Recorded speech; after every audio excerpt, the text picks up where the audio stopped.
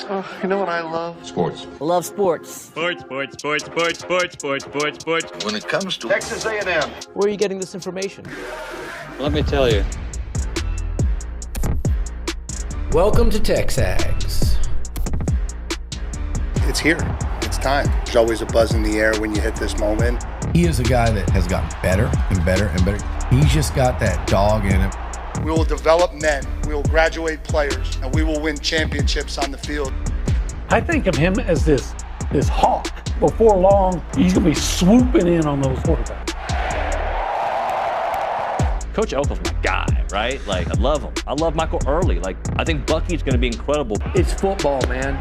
And that's what Warriors do. They don't want to sit out.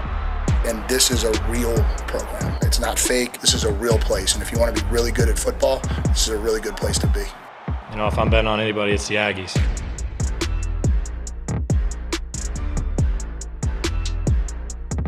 Well, hello, friends. Welcome in to, what's the name of the show? This is TexAgs Live. Presented by David Garner's Jewelry. David Garner's Jewelry. He's a gem of a guy. He's a great dude. And we're in the Rollo Insurance Studio. Yes, we are. Jason and Jackson and the boys. This is the Morgan, Keith, the whole gang. all of them. This is the Go Hour presented by the Warehouse at CC Creations.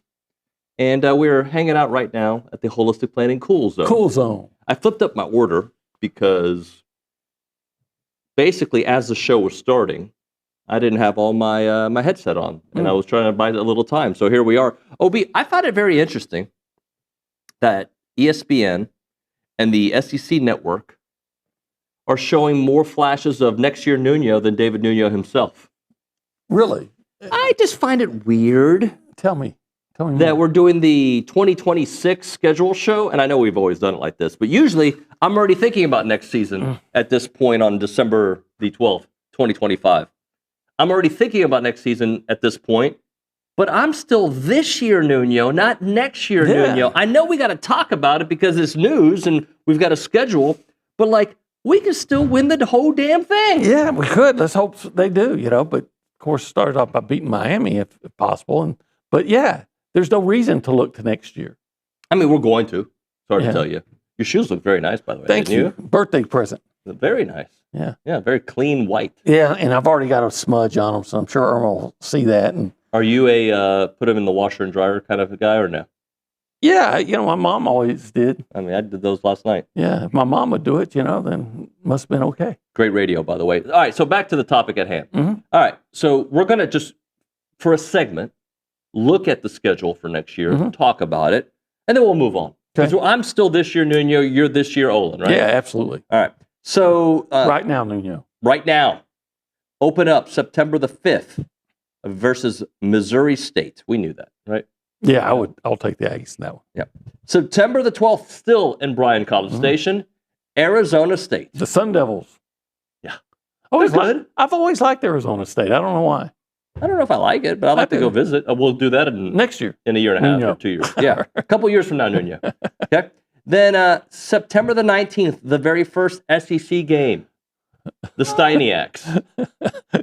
Kentucky. I find that humorous because, again, the whole thing was that they say, hey, we got to make sure everybody starts going to every other school, and so the one place A&M hasn't been, coming here. They bring them here, Kentucky. Kentucky's coming here on September the 19th.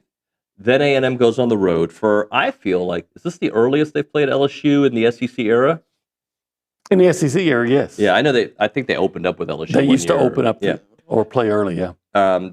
They go to LSU, back-to-back years of going to Baton Rouge, just the way it worked out, September the 26th. Yeah. I don't like going back-to-back. But yeah. You might do that one on your own. Although it's the first game, I probably need to go. Yeah. I'm not a big Baton Rouge guy. To tell you the truth, I'm not either. Yeah. Yeah. But people who at least next year, I'll be traveling with the crew instead of on my own. Right. Yeah. Yep. Congratulations to Quinn, by the way. Yeah. And then after that, it is a home game versus Arkansas. And how many times has Arkansas been to Kyle Field in the SEC era? Like once, twice? Twice. Okay. 2012 and 2020. 2020. So Arkansas. So let's look at that first month of the season, which is 5 games. Not ridiculous. No. No. Okay. No, let's see how it goes. It does get a little bit harder on the second half. Okay. Okay. It should. At Missouri, back-to-back years of going to Missouri. Then you take on the Citadel. I'll take A&M there. Yeah. Yeah. Even though Luke Evangelist's dad is a proud graduate of the Citadel. Right. That's right. Mark Evangelist. You almost said Stoops, I think. Were you thinking Stoops? No, I was just trying to remember the last name that I just said like 2 seconds before. Then Tuscaloosa. Tuscaloosa. I'll go to that one. I know one thing. We'll reserve the rental car early and pay for it beforehand. They screwed us. So for those who don't know, was it 2023? Whatever. We went there. Olin had reserved a rental car. Reserved it. Had the keys in my hand. And they took the keys away. They said, sorry, we just gave it to somebody else. You're like, what? Birmingham is a strange place. I'll just leave it at that. Halloween, the open week. Open? Hey, that's a good week to be open. I'm sure I'll be at a party getting crazy on Halloween. I'll dressed up and I'll be raising the roof. I'll be howling like Cassius howling. I don't think they've raised the roof since '96. That's right. I'm going to party like it's 1996. I don't even. I go be back further than 1999. So only one open week? Is that what I'm seeing? I guess so. November the 7th at South Carolina. I always enjoy my trips to South Carolina. Maybe not the game. Until the end. Of course, we'll be staying in North Carolina. We always stay in Charlotte. Yep. I'll probably go to that one. I like going to that one.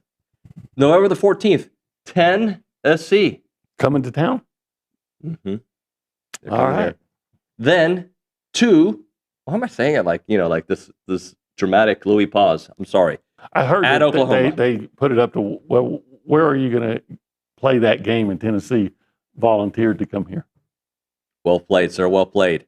Oklahoma, November the 21st. Yeah. And then I'd sooner go somewhere else, but okay. Agreed.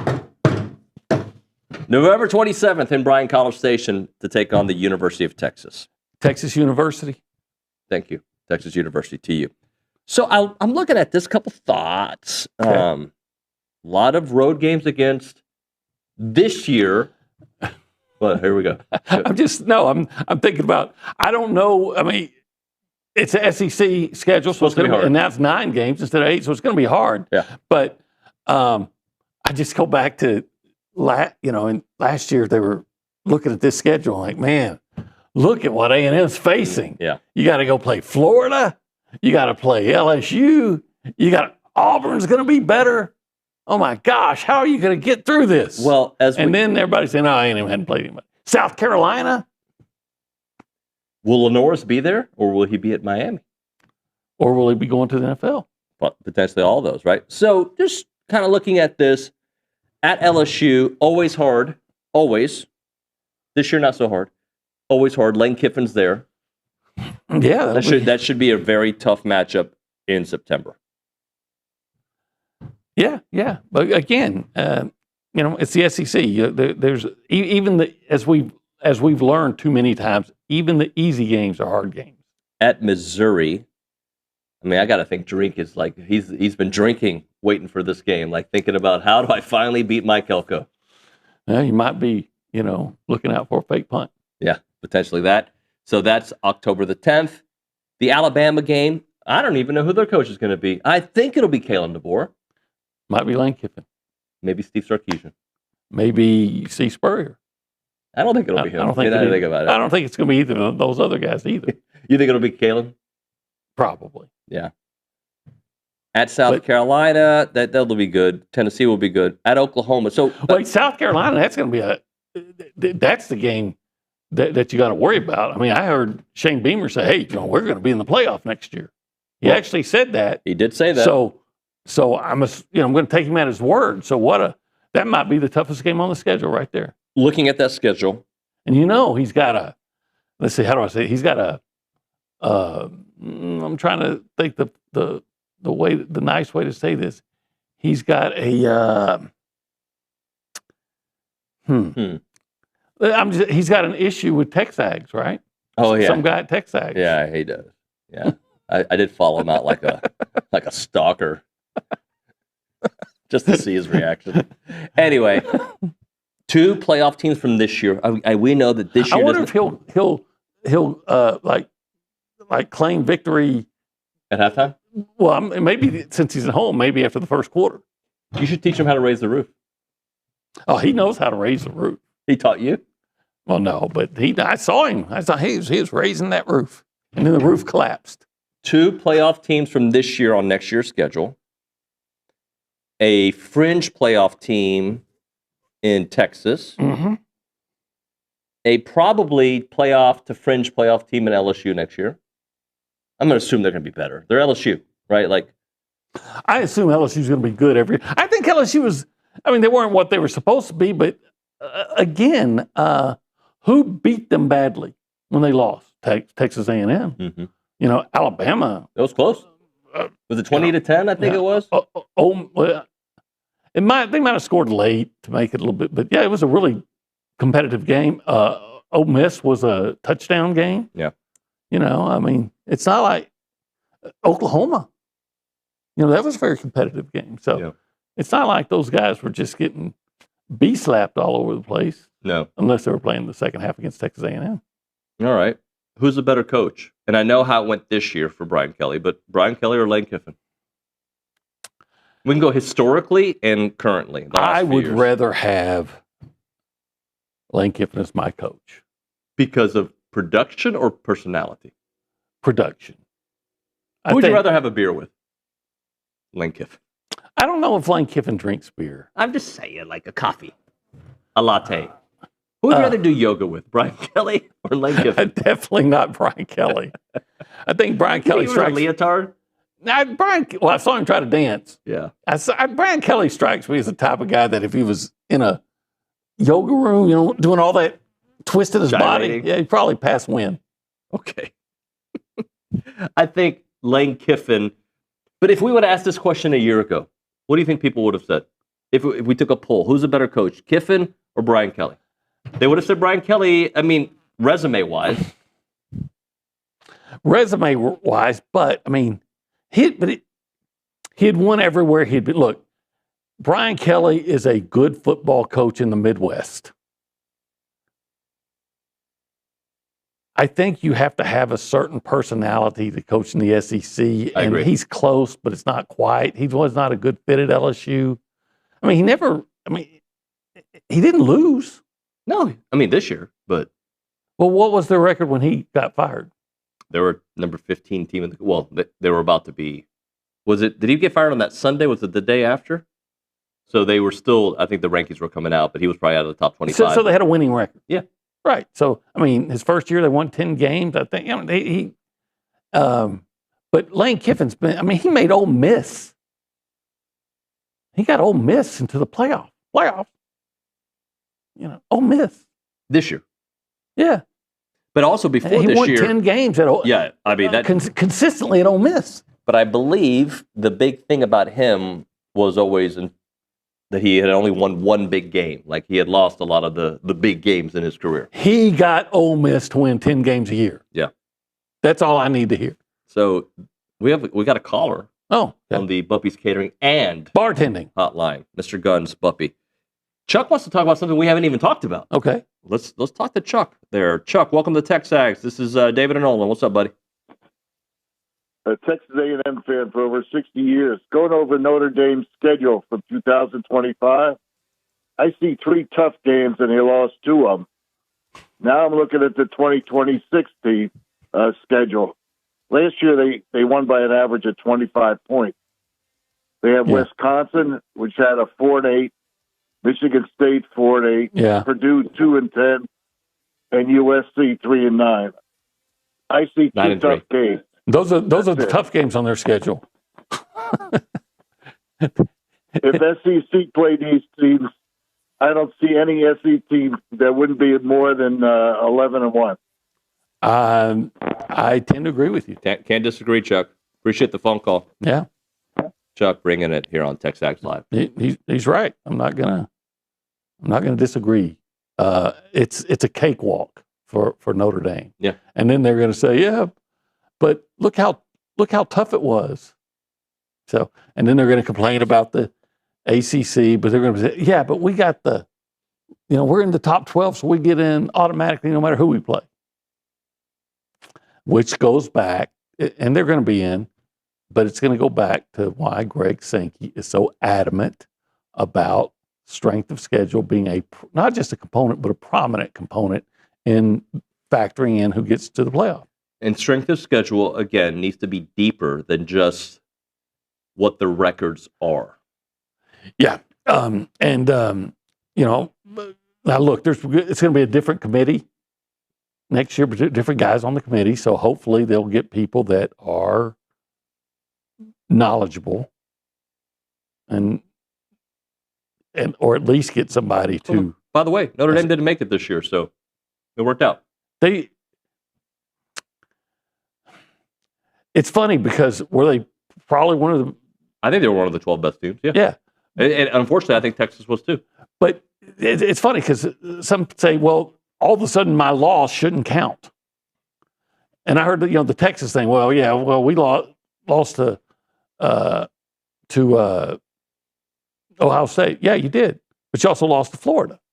Well, it's almost like that shouldn't count. If you even had the win over Ohio State, the loss to Florida should have knocked you below a lot of those other teams. Miami beat Notre Dame.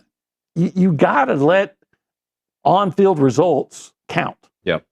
Matt Tackle on the YouTube page. Kiffin and Kelly are the same guy resume-wise, but BK is a former playoff coach in a natty. One, natty's at a lower level. Kiffin doesn't quite have those chops yet. I'm just saying that Brian Kelly won at places that are easy to win. Lane Kiffin didn't. I'll give you that. Let's go around the room. Say hi to the humans, shall we? Let's do. Let's go behind the glass. We say hi to Panicking Cade Bickham. Hello, hello. Hello. Yes, Hello. not panicking yet. We're all right this morning. Good, man. What's on your mind this morning? Well, when we're talking about the new schedule, the game I think I'm most intrigued by is Oklahoma and Norman, because it's first game against Oklahoma since 2011. Correct me if I'm wrong, but that sounds right. It sounds right. So I'm intrigued by that, and I think that'll be a fun matchup. Just something new. Something new is always nice. I have never seen the Aggies win in Norman. I've seen them lose when favored. I was there for the 77-0 debacle. Oh, man. And then the next time they played there, actually, they were huge underdogs. They covered, but they didn't win. Stephen McGee had a great game that day. I feel like we say that often on this show. That he had a great game? Yeah. He had a lot of great games. By the way, I want to give a shout out to Canes 4N. He's been watching the show all week. What's his name? Kane something 4N, I think. I don't know how you pronounce it, but it's got a Kane. It's got a number. He's been watching. I think it's supposed to be Kane's fan, and he used the 4 as an A. Oh, that's witty. All right. Well, but he's been a delight on the chat. He's like, we've had some mean people. He's been just and he's been involved every show. So shout out to the Miami fans. Welcome, Miami fans. Yes, welcome. This is how a talk show should be done. Let's go right now to the Angry Elephant News and Social Center. Mr. Nygren, I sounded like a 1950s horse racing announcer. Good morning. Hello, Reese. How are you? I'm good. How are y'all? I'm well. OB? I'm well. I didn't ask you to start the show. How are you, sir? I'm doing well. Good. Canes fan is asking for food recommendations because he's coming to the game, so he was. We'll give him that at the end of the segment. But we got a couple places in mind, but we've got the big one in mind. We got to know how much he wants to eat. Pay. The big one's coming later. So while the football team is not playing their playoff game this weekend, Jamie Morrison and the 3-seeded Aggie volleyball team continue their postseason run with their Sweet 16 matchup against the 2-seeded Louisville Cardinals tonight at John Cook Arena in Lincoln, Nebraska at 6 p.m. on ESPN2. The Cardinals come into this match with a 26-6 record just 1 year after being the national runner-up. Louisville's path to the Sweet 16 featured a sweep of Loyola Chicago and then a 5-set thriller against the 7-seed Marquette Golden Eagles. The Aggies obviously swept the Campbell Camels and then defeated the 6-seeded TCU Horned Frogs in 4 sets on their way to back-to-back Sweet 16 appearances. I'm going to watch that game. You better. I'm going to watch that match. I'm going to be watching my sons playing Salado soccer while having that on my phone. So it'll be kind of a combination. This is her senior year. First scrimmage of the year. Got to go watch my. Nice town over there, It's a little long of a drive. It is. I'm not looking forward to that. I don't know if the Stagecoach Inn is still open. If they used to have a great chicken fried steak, is the Stagecoach Inn still open in Salado? Let us know. By the way, we'll come back to you later. Okay. Thank you, Mr. Nygren. By the way, Bickham, I should have caught this. I don't know how you phrased it, but you said the last time A&M played OU, I think you meant in the regular season because A&M took them to the woodshed. You're I so think you right. said in Norman. Okay, you said in Norman. Okay. I actually did totally forget about that Cotton Bowl game. Oh, so I'll never forget that. My bad. That was. But yeah, that was the very next year. It was well, technically maybe 2013. But the 2012 season, 2013. But OB, that might have been the most. I'm trying to think the most fun Aggie football game. That's one of them for me. Like I know there's been a lot, and even since I've been here at TexAgs, the LSU one, obviously. But that one is. It was fun watching the Stoop brothers kind of melt down. Yeah, it was fun seeing Johnny just dominate. And I also get a lot of I give a lot of love to the Duke second half. To who? The Duke second half. That was amazing. That was fun to watch. All right, so Canes fan, he wants a recommendation. Look, I got some places, but I'm going to tell you about the place. Yeah, if you get in Friday, Saturday, and Saturday you won't be able to go. Oh, because it's 11 a.m. So Friday when you get in. Technically, maybe. Look, make a call to 1775 Barbecue. If you're here Friday, get out there early Friday morning. Have some Texas barbecue. I know you want to sample Texas barbecue. You come to Texas, you have Texas barbecue. Well, you're not going to get any better than 1775, Canes fan. So go get you some succulent brisket. Oh, gosh. Just get the sampler. It's going to have some pork ribs. It's going to have amazing jalapeno cheese sausage. Yes, I said jalapeno cheese sausage. Get some turkey. Have a little pulled pork. And then make sure as a side you get the queso mac and cheese. You're a Canes fan now. You'll be a 1775 Just making sure. fan for life. Yeah, if you don't get the queso mac and cheese, you're not doing it right. That's just the bottom line. It'd be like going to Miami, us going to Miami and not getting the crab claws. Or going to Versailles. Say what? Versailles? Oh. Versailles? Oh. Okay. However you people say it. I don't know. Remember we went there? Versailles. The Cuban place? Yes. Where David he's drinking the Cuban coffee like. My pinky out. But I'll say this: Cuban bread is amazing. That's true. We had all this Cuban food. The thing that stood out to me was the bread. The bread was the Cuban bread is fantastic. Didn't you have a Cuban sandwich? I did have a Cuban sandwich. There you go. Anyway, we're talking about 1775 though. So go there, 1775txbbq.com. Go. It's good. Yeah. When?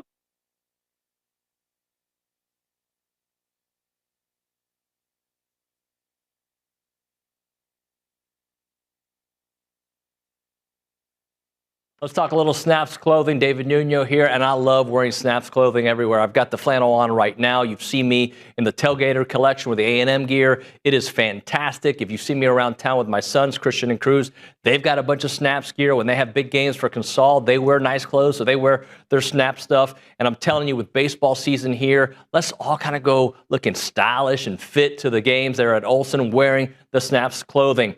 As a reminder, they are the only official licensed Texas A&M Pearl Snaps maker out there. Their Tailgater collection is built for game day with breathable, moisture-wicking fabrics to keep you comfortable while you rep your Aggies in style. Now, whether you're watching the game from home or maybe you're in attendance, you're tailgating, whatever it may be, you got to make sure you head to snapsclothing.com to see everything they have to offer. It is fashionable, it is awesome, and you're going to love it.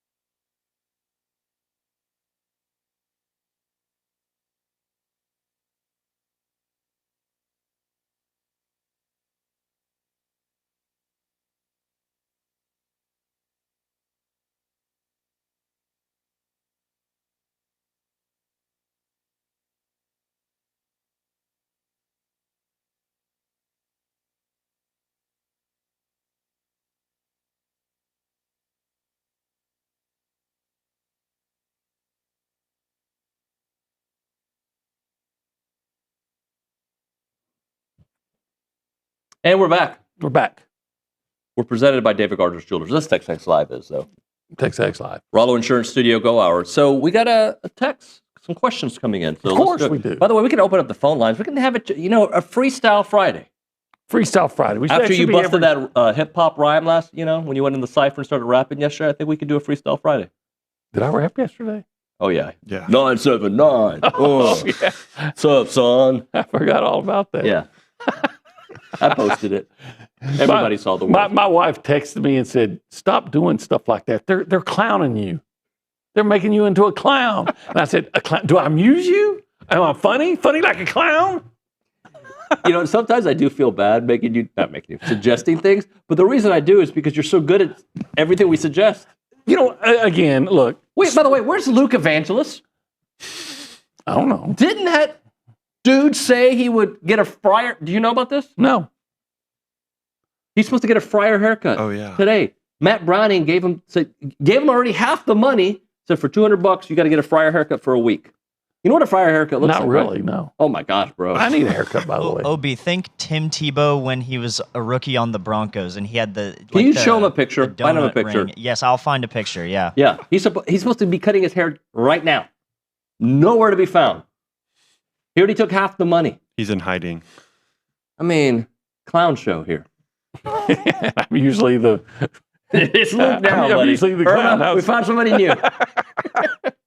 Let's go to the Angry Elephant User Social Center. What's the question? Shane in South Carolina said... Wait. Shane? Shane from South Carolina. Like the guy that I upset this year? It could I wonder if Shane drives a Beamer. He might. Well played. He said, Nuño, considering your history with Miami and A&M, does this game feel a little different to you? No. I mean, the only couple things. I grew up a Miami fan, yes, but I grew up an A&M fan too. Like as a kid, you have a lot of teams that you root for, right? Mm-hmm. And I didn't go to the colleges at that point when I'm 10, 12, 13 years old. And when in the 80s, Miami was a juggernaut, right? I loved them. Yeah, I loved the Hurricanes growing up. And I love the Aggies. I mean, I've told you my favorite college athlete ever is Bucky Richardson. Okay. Ever. Yeah, like when I was a kid, like I wanted to be Bucky. Like that's my guy. So I think it's on Saturday, I want A&M to win by 50, 60, like whatever. Like I want that kind of, but I have a lot of love for that program because of my youth, but it means nothing. If they beat A&M, I probably won't watch a second of college football after that, except for when I have to, right? Because I got to talk about it. But like, I just get so dejected. If they weren't playing A&M, I'd absolutely be rooting for them to win. And then David in the Pacific Northwest said, which will happen first? Texas A&M wins the SEC or Georgia plays at Kyle Field? Georgia plays at Kyle Field in a couple of years. Yeah. 2027. Right. So does A&M win the SEC next year? I don't know. I don't think they win the SEC next year. Yeah. I, with the amount of people that they're losing, more than likely, but I don't know. It's so hard to predict things. If the Aggies can get into the playoff next year, that's going to be a remarkable accomplishment. I look at Texas and I look at LSU, and they've had to rebuild offensive lines and took a step back. And A&M is going to have to rebuild an offensive line, so they're going to have. They're going to have their work cut out for them. I would not, in good conscience, as of today, wait till I see who comes in on the transfer portal. But as of today, I would not pick A&M to be a conference championship But you know what? contender. I'm sorry to cut you off, Obi. No, you're fine. We're not gonna look at next year until we have to. This right? year. Yeah, we're gonna continue looking at this year. So let's hit a break, Obi. When we come back, let's focus on the right here. Oh, you got it ready? Yeah, I have it ready. Okay, yeah. This is what Luke is supposed to look like at some point today. Look at that fryer haircut, bro. See, it's like it's shaved in the middle and then the hair around. Is that Tebow? That's Tim Tebow. Yeah. I don't remember him doing Tebow. that. Was that like a rookie hazing thing? Yeah, it was a rookie hazing thing. Okay, it looks like he had a big tumor. It's not a tumor. But, okay, yeah, I think it would be an improvement for Luke. I agree. Does he keep the mustache with that or shave it off? Oh, no, the mustache, that's going to stay forever. Yeah, that's a staple. I wonder where Luke is, though. Interesting. He hasn't texted or anything. It's just staying quiet. Duck camp time. I am wearing duck camp. It is nice hoodie. See the little duck camp logo on it? We were talking to our good friend Buppy from Buppy's catering and bartending, and he says he likes the thin hoodies, right? Yeah. This is one of those thin, I don't know what kind of material this is. Niagara, what kind of material is it? Dry fit? Dry fit, but it's, I don't know, it's a little stretchy, dry fit. Like, what's he, a tailor? I just go to him to answer questions. It's like Billy asked me stuff in the middle of a show. He's like, what's Wyoming's schedule? Hold on. Here we go. And then I get it wrong because I can't Google anymore. I wonder when Duck Camp's going to start, like, producing athletic wear for the teams. That's not a bad idea. So they look good all the time in Duck Camp. Imagine a football jersey with a hoodie. No. Probably not the best idea. Not over the helmet, like over the well, ears. yeah, a lot of the players wear some kind of skull cap anyway. Yeah, I think you're onto something. So what does this have to do with Duck Camp? We're already just thinking about marketing slogans for the future, but you can get 25% off by going to Duck Camp, purchasing whatever you want, and use the code TexAgs25 for 25% off. It is Duck Camp, built for the outdoors and designed for everything else.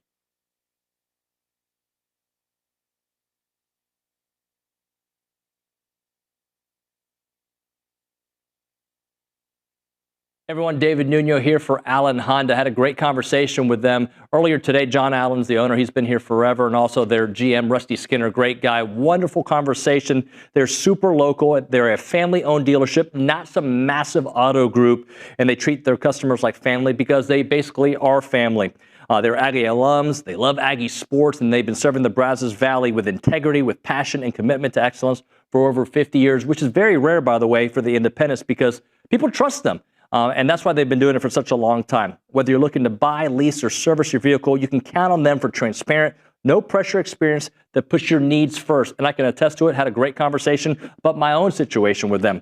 Their knowledgeable sales team will help you find the perfect Honda to fit your lifestyle, from fuel-efficient sedans to versatile SUVs. Leasing options are flexible and affordable, making it easy to drive the latest models with confidence. And when it comes to service, their certified technicians only use genuine Honda parts to keep your vehicle running at its best, whether it's routine maintenance for major repairs or whatever it may be. And we know that trust isn't given, it is earned, and that's why generations of local drivers right here in the Brazos Valley and Bryan College Station keep coming back to Allen Honda. As part of the community with Aggie spirit in their hearts, they are here to make everyone's visit wonderful. So visit their showroom or their service lane and find friendly, efficient, and memorable situations when you go to Allen Honda. Come see why so many College Station and Bryan drivers choose Allen Honda for their automotive needs, and remember, gig 'em.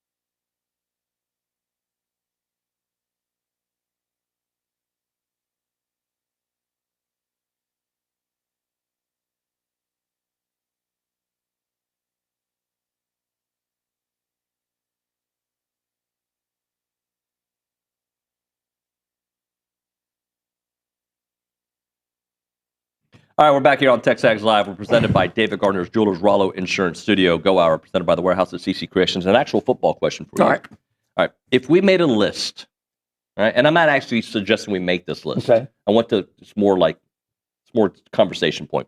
We can make a top 10. I don't mind. But if we made a list of the top 10 SEC football players, okay.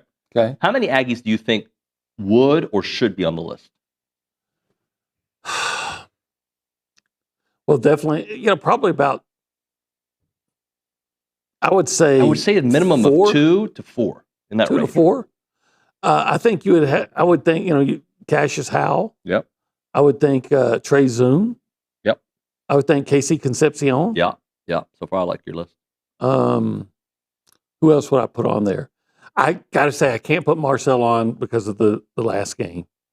And I can't put Le'Veon on because he got hurt. Yeah.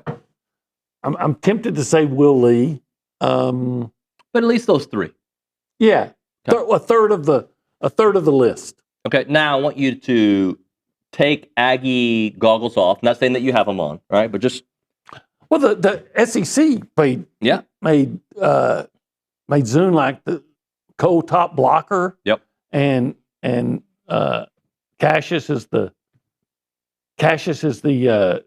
defensive MVP, and KC was first team at 3 positions. Well, that tells me he has to be number 1. Yeah, and I'm glad you said that. So I am not mad at this list, but there's a list on Saturday Down South of the top 10. Okay, has Cassius Howell at number 3. Saturday Down South has Cassius as number 3. Okay. He's the only Aggie who made the list. See, how do you put Casey Concepcion, first team receiver, first team all-purpose, first team punt returner, and say he's not one of the 10 best players? Right. He's 3-1. Right. So I just found it interesting. I was like, well, am I thinking about it too much from an A&M perspective? I'm going to read you their top 10. Okay. Ahmad Hardy, number 10. Got no problem with that. Okay. Leading rusher, all right. Caden Proctor, number 9. No. I would take, no offense, I know we only gave up 1 sack, supposedly, and he got to run the ball. I would take Trey Zune 10 times out of 10 over Caden Proctor. I would. Number 8, Jaden Ball from Florida. If, again, first of all, I would put the Hardy kid over Ball. Yeah, Ball was 3rd in rushing. I don't know how he finished, but okay. Mansour Delane at number 7 from probably LSU. The best corner. Trinidad Chambliss, number 6. He was exciting, and I like him. I mean, he's my kind of quarterback. I don't know if I'd put him in the top 10, but okay. He wasn't even the best player on his team, on his offense. We'll give you that. Number 5 on the list, Keegan Trost, the offensive tackle from Missouri. Also, again, then where's Trey Zune? Yeah, I agree. He also didn't give up a sack, I think, or I believe that's what it says here. Number 4 on the list, we've got C.J. Allen, the linebacker out of Georgia. Okay, and he was hurt some, but he's a stud bull moose. Number 3, Cassius Howell. Okay. Number 2, Kawan Lacey. He's a really good running back. Number 1, Diego Pavia. Okay, so you're going to tell me that that 3 of the top 10 players in the SEC were running backs? I don't see 1 wide receiver listed on this group.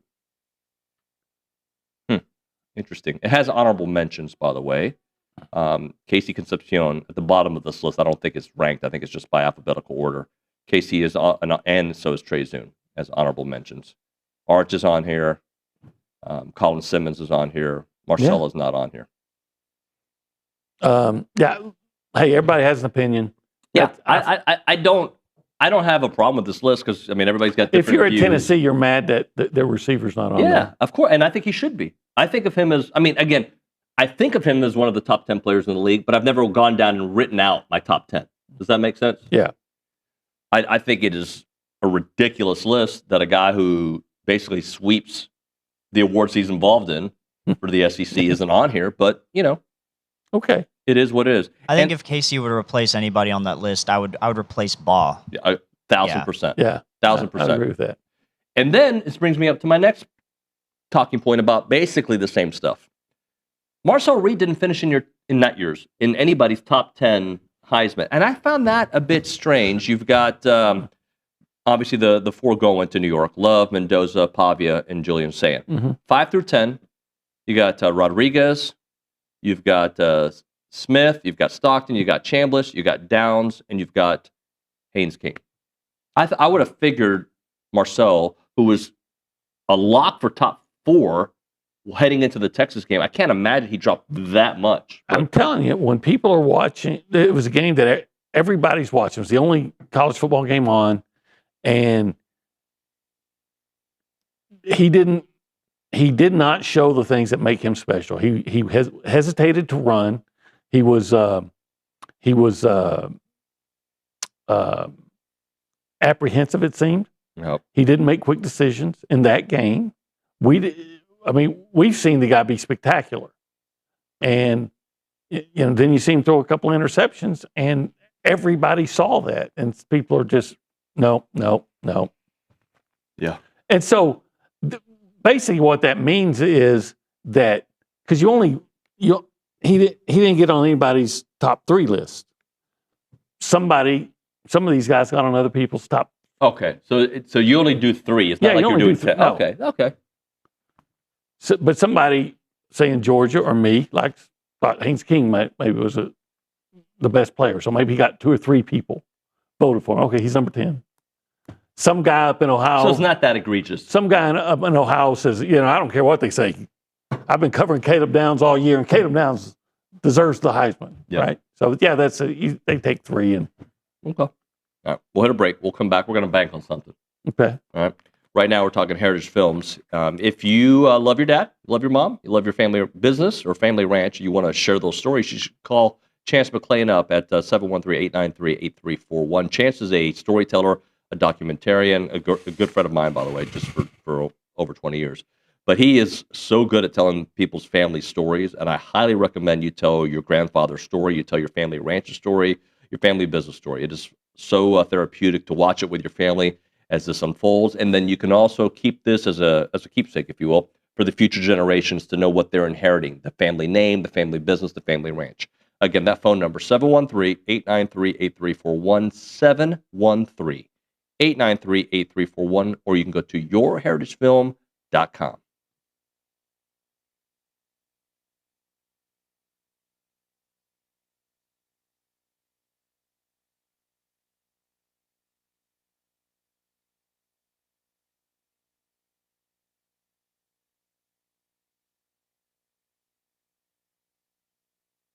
What's up, everybody? I'm here to tell you about Fratella Italian Cafe. If anyone knows anything about Italian food, it's me, Billy Liucci. And Fratella has the best Italian food in BCS. Located at 3901 South Texas Avenue, Fratella is known for their handmade pasta dishes and feature lasagna, beef cannelloni, chicken parmesan, chicken fettuccine alfredo, a couple of my favorites, just a big old bowl of plain old spaghetti and some manicotti. Really recommend the manicotti. That's my go-to. And don't walk out of there without trying the fresh, piping hot breadsticks and the homemade in-house cheesecake, which is incredible. It's great for dining in, catering, gift cards, and even shipping, which they do nationwide. Fratella's is Aggie-owned and operated, and it's an official restaurant partner of Texas A&M Athletics. I'll see you there.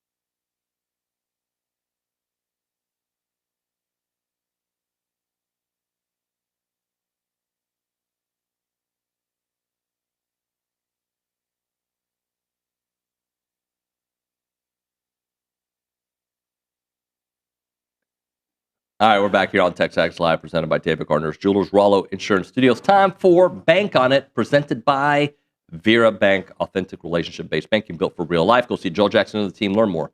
VeraBank.com. What are you banking on? Well, first of all, I'm going to bank on a couple things. First thing, tonight, I'm banking on that A&M volleyball team. Man, I really like watching. I've actually paid to go to 2 games, and it's exciting and it's very athletic. More athletic. I couldn't play the game, and they're so good. So I'm banking on them winning Louisville. Right? I'm banking on them shuffling those cards tonight, and I'm also banking on the next week. Next, not tomorrow. Saturday, a week from tomorrow. The Aggies winning. It just occurred to me the Aggies are undefeated with Reveille on the sideline. You know Revelle's going to be there, and I think it's badass when she's got the eye patch on. I agree with you, 100%. So that's my bank. I'm banking on Ruben Dominguez hitting 5 threes at least against Jacksonville. Okay. He had a quiet last game, I believe. Yeah, I think he's going to come very back. Quiet. He's gonna light it up. Okay. And 5 to me, 5 sounds like a lot for him. Just a day at the court. I'm banking on them not being 1 of 16 from the three-point line in the first half. I agree with you, 1,000%. Let's go back to the Angry Elephant News and Social Center. What do you have for us, Mr. Niger? Yeah, so I was thinking, looking at like Ruben Bain and Malachi Toney, are they the best players at their position that A&M has faced so far I don't this season? know. Bain's a defensive end, right? Yes. Well, they played Dylan Stewart. They played the Keldrick Falk. They played Colin Simmons. I mean, he's good. I mean, he's in that discussion, but they play some really good defensive ends. And then Malachi Toney at wide receiver. You have Cam Coleman and Eric Singleton at Auburn. I think he's better than those. Nick Harbor at South Carolina. He's not as explosive. I mean, he's very explosive, but he's better. But he's better. Yeah. And then Ryan Wingo at Texas. I would say he's better. Yeah, I think he's better. And then y'all had the discussion about Carson Beck yesterday. Yeah. Is he the best quarterback A&M has faced? Best passer of the football? I don't know if he's the best quarterback they I would say no. Who's the best quarterback they have faced?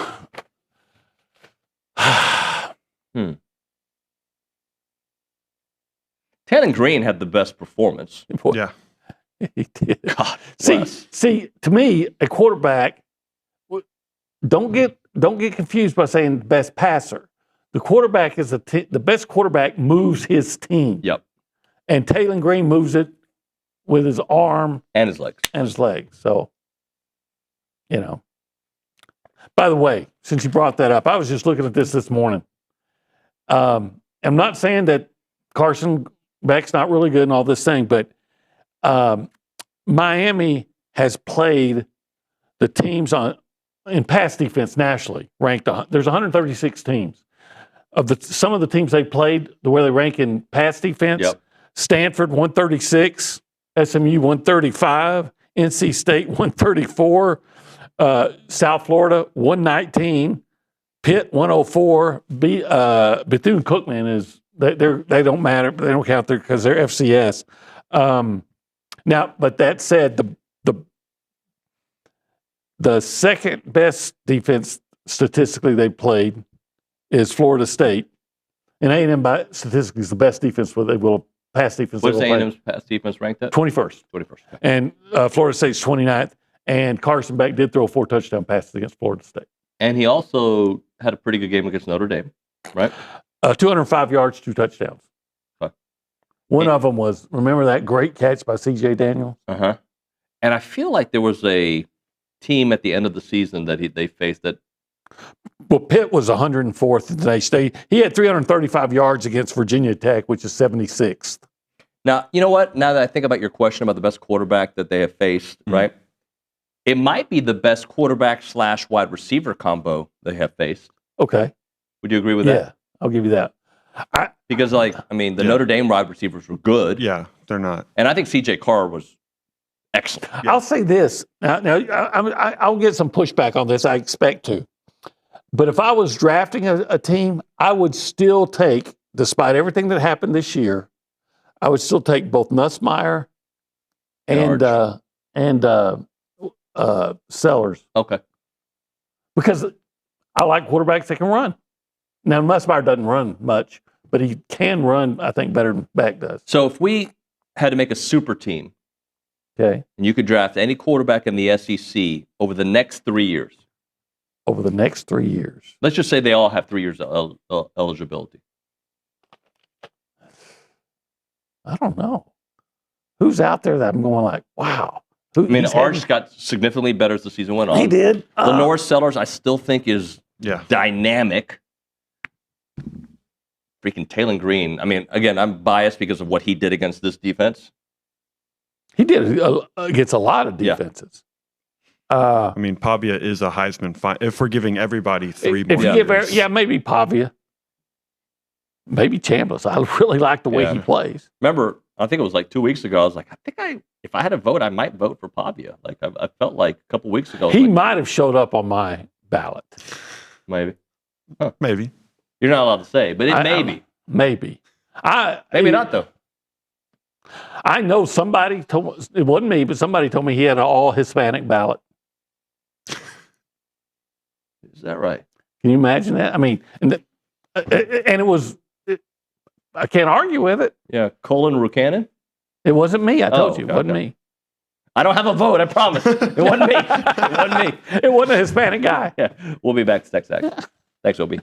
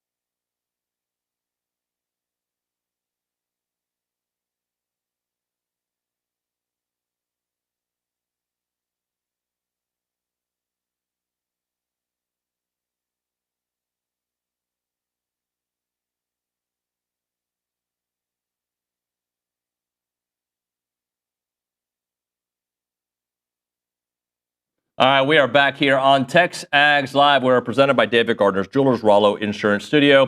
How about the Texas A&M women's basketball team off to a very impressive start? They are 6-1, and last week they beat Georgia Tech. Leading the charge is their head coach, Joni Taylor, and she's joining us on the Buppy's Catering and Bartending Hotline.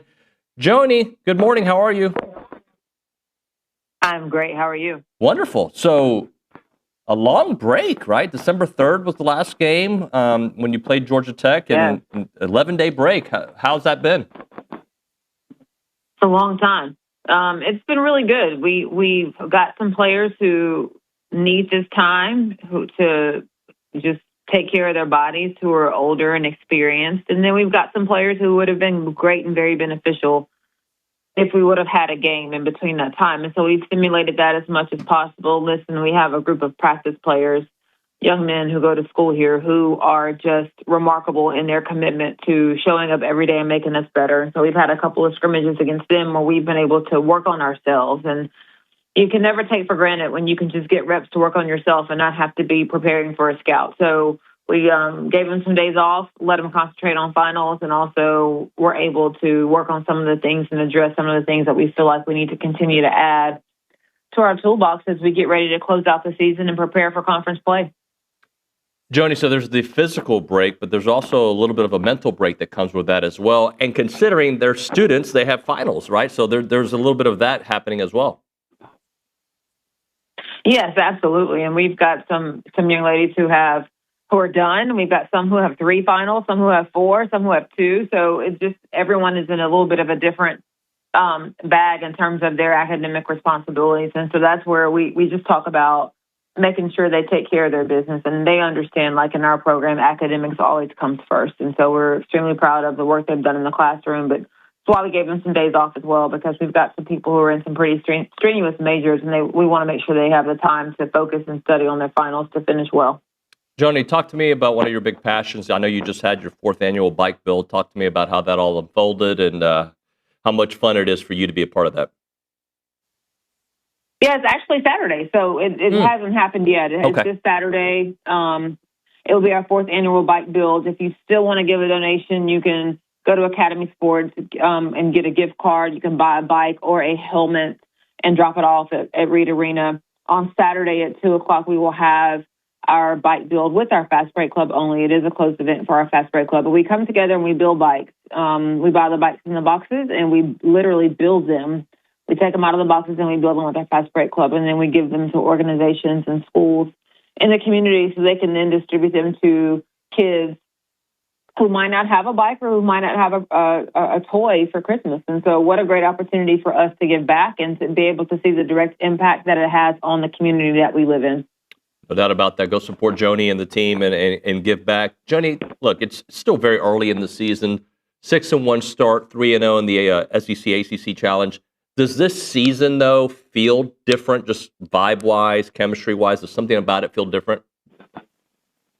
It absolutely does. Thank you for asking that question. When we came here in 2022, we knew we had a hill to climb. And so we put our head down and we climbed that hill. And sometimes we've thought we've gotten to a certain point, we've rolled and we've stumbled a little bit and slipped. And so we're continuing to climb the hill. Are we where we need to be? No, absolutely not. We still got work to do. But this team this year, we were able to bring in more than any other year so far. We just continue to add to what it is that we look for in players in terms of the style of play that we have and just our values, our character, that line up with the core values also of Texas A&M. And so this does feel different. And it's just for us, it's just a reminder that we weren't going to do this quickly. We knew this was going to be a slow build. Everybody wants instant success. That's just not how we like to do things. We want to build it to last. And so feels good to see the product that we put on the floor for this year for our fans who have stuck with us, who have been loyal to us as we've had our ups and downs as we're trying to take this program back to what we are all wanting and what we're used to. 3-0 in the ACC SEC Challenge. What is that? I mean, how much does that prepare you taking on this level of competition for the SEC grind that's coming up? Well, I was talking to our team about this, and I said, hey, guys, we were 13-3 in the ACC SEC Challenge. Like, the SEC had 3 losses. We've never lost a challenge in the 3 years of its existence. And we, as a team and a program, haven't lost the challenge. As you said, we're 3-0. So proud that we did our part to win the ACC SEC challenge. But more importantly, it speaks to how strong our league is. It speaks to, I mean, the ACC is not a shabby league. You've got Notre Dame sitting over there. You've got NC State, who was in a Final Four. Notre Dame was in an Elite Eight. You've got some really, really good teams who were in the ACC, and those teams lost. And so for us, it's just a reminder of what we already know. 4 out of the last 5 years, a national champion has come out of our conference. And so that's what we're preparing for. That's what we're mentally preparing for every day when we are in film, when we're watching film, when we're taking notes. And that's what we're physically preparing for every time we step onto the practice floor or into the weight room, is the conference that we play in. Another thing that I know you must take great pride in is how good you all have been in the fourth quarter. I saw a stat, 6-0 when leading after 3. So the ability to close when you have to.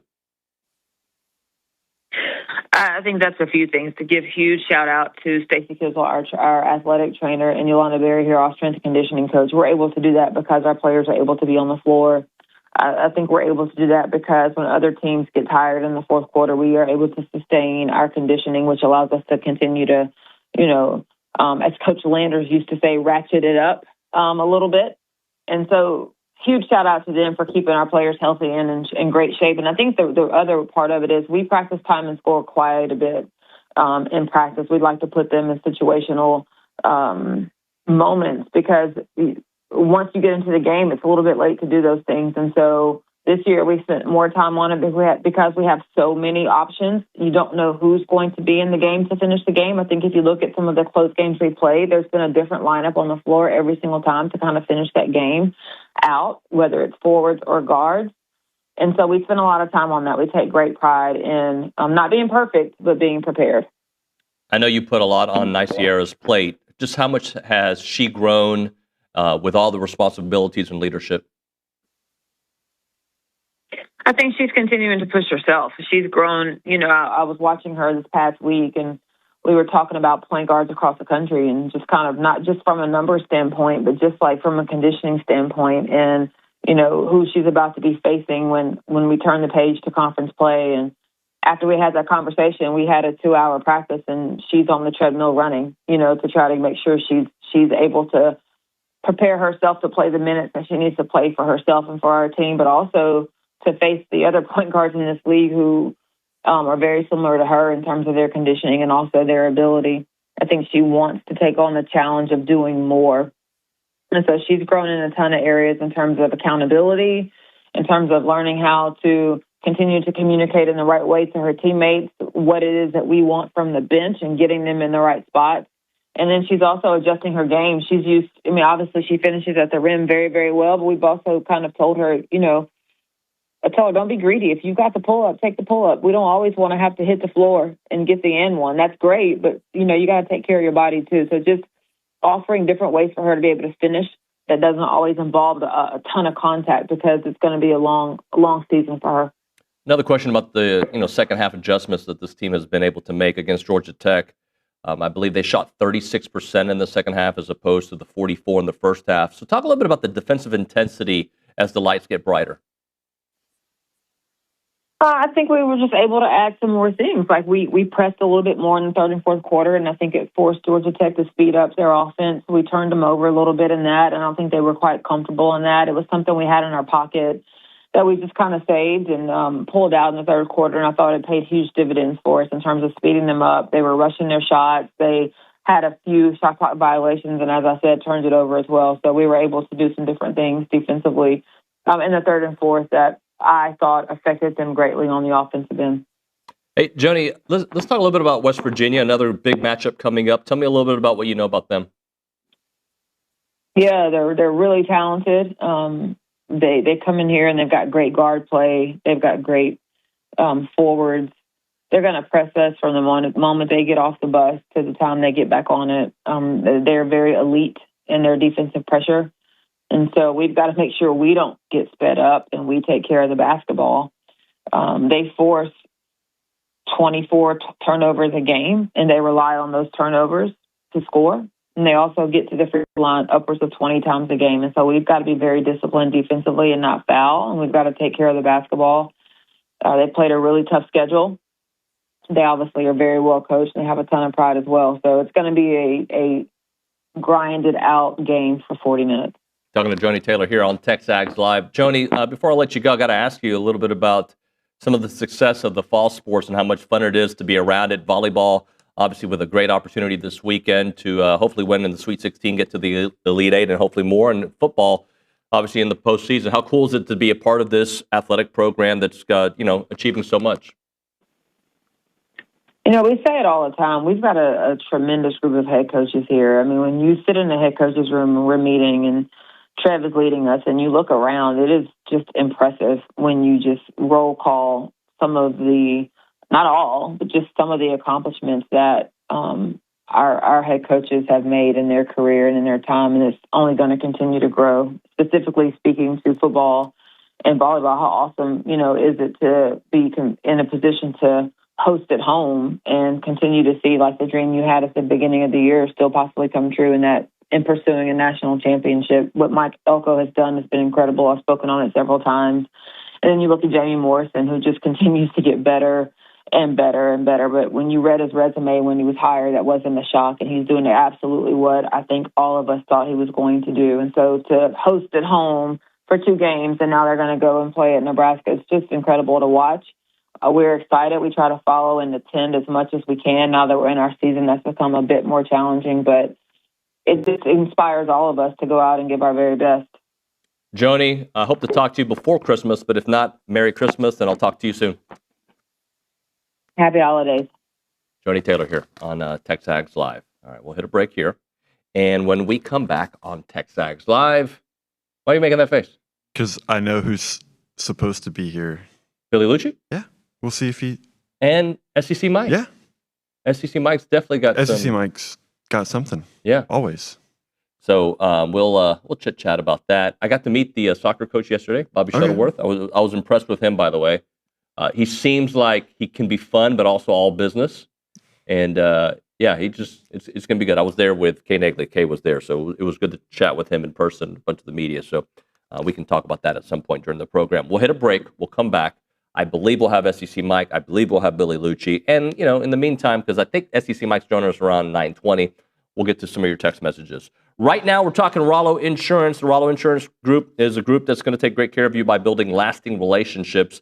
And if you're a family-owned agency and you're listening to TexAgs, you should listen up to this. Rollo Insurance is doing some amazing work helping small agencies keep up with all of the slow-motion corporate takeover of the insurance industry. You've got tech markets, education, and succession planning, and those are all big challenges. But if you go to rolloinsurance.com/TexAgs, you can listen to Keith and also Jackson's conversation right here in this studio not long ago. And Rollo Insurance is trying to make sure that all Aggies are doing great work to help out other Aggies. And when you need insurance, you're going to get somebody who's going to know your personal situation, your name, and you'll have their personal cell phone number. It is Rollo Insurance. Visit the website, rolloinsurance.com/TexAgs. That is rolloinsurance.com/TexAgs, or call them up, 888-44-ROLLO. That is 888-44-ROLLO. It is Rollo Insurance.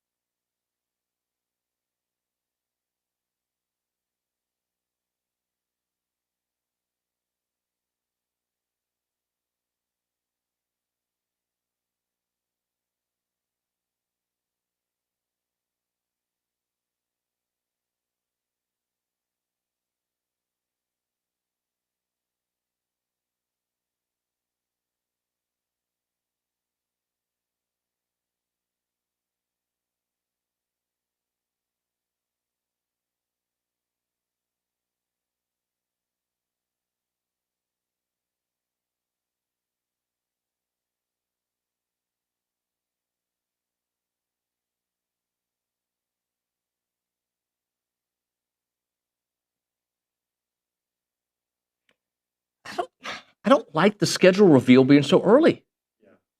But in years past, I didn't pay attention. It's one of those things, like, there's still a lot of teams playing. Yeah, with things to play for. And then it's like, hey, by the way, this is what next year looks like. And it's like, well, why do I care about what next year looks like? And there's so many different head coaches and player turnover that it's like, I could say right now, these teams are going to be really good, just like A&M schedule when we did this last year. Looking at this year, you're like, hey, like that's going to be a really tough game. And then by the time you play it, it's not. So, but I mean, hey, we now know when we're playing and who we're playing and all that fun stuff. Well, for some reason, my headset is not working, so I'm going to have you read a little bit of news as I try to fix this, because once SEC Mike joins us, I need to be able to hear him. So if you could read a couple of bits of news as I figure out what's going on with my headset. Yeah, Texas A&M on Sunday faces off against Jacksonville, the first of 3 straight home basketball games for the holiday season.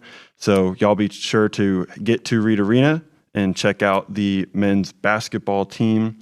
I'm going to be honest, it was a pretty quiet news day. You had a lot of people nominated for awards. Marcel Reed was named an Earl Campbell Tyler Rose Award finalist just the other day, given to a top Texas ties collegiate athlete. Reed led the Aggies to 11 regular season wins, the program's most since 1992, including a school record 3 road victories over AP top 25 opponents. The dual threat playmaker is averaging 8 yards per play, which ranks 11th nationally and 2nd in the SEC.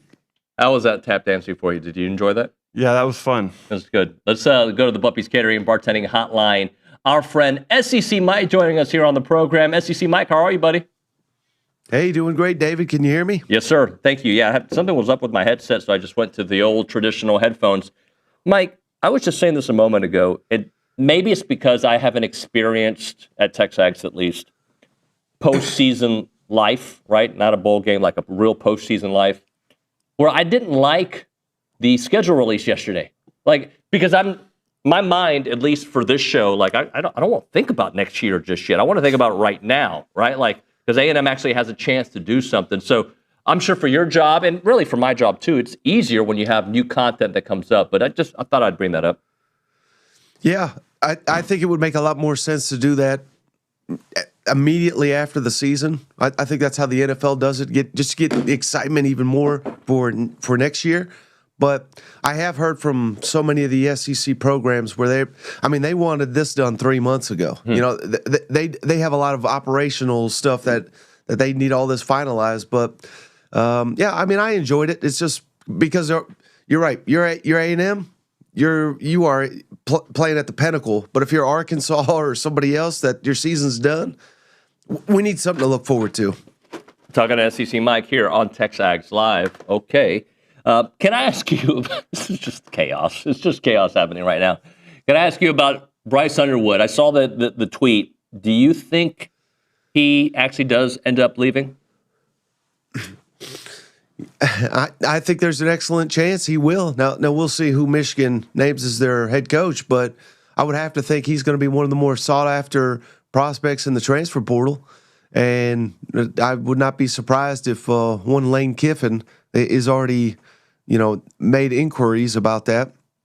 I don't know if you guys have seen the viral video, but it sounds like Kiffin's already got a lot of his Ole Miss players committed to transfer into LSU, which I thought was against the rules, but I guess it's not.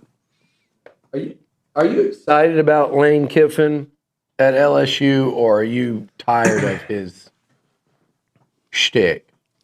Because right now I'm tired of it. I think he's the villain of college football. But I think when the season rolls around, I think I'll get back to, I think it right now. I don't know it'll ever.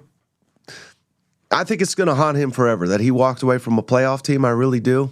But if he wins the national championship at LSU, no one's going to care aside from Ole Miss people, obviously. But yeah, I mean he is walking into a tough situation, and the schedule makers did him no favor next year. Yeah, that was interesting. I mean, you have a feeling that just the way the SEC seems to work, the most high-profile guy is going to get the more favorable schedule, it seems, but that certainly didn't happen with Ole Miss. I don't think Was there? I missed the first question. So you guys tell me if you answered. Was there a schedule that stood out to you as easier than the others? Like that actually stood out? Because before this all started, I was like, I don't think anyone's going to have what we would consider an easy draw anymore. Yeah, I don't know about easy, but and maybe it's just because of the perception of the team, but Georgia, I thought there's only one game where I think they're not going to be favored in, and that's probably the case every year anyway, but they have to go to Alabama. But the rest of them, I think, are all winnable for the Bulldogs. But again, on the flip side, I got LSU, which I highlighted the best games, I thought. LSU at Ole Miss, obviously, for the Lane Kiffin drama. A&M at LSU, Bama at LSU, LSU at Tennessee, more Kiffin drama, and then Texas at LSU. I mean, those are all losable games for LSU.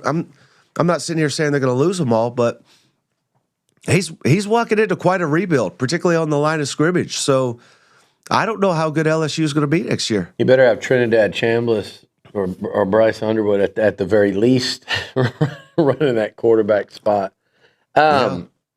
Playoffs, Mike. We haven't gotten there yet. I wanted to talk about the A&M Miami for a minute. I keep reading everything. I'm watching everything. We're talking about it here.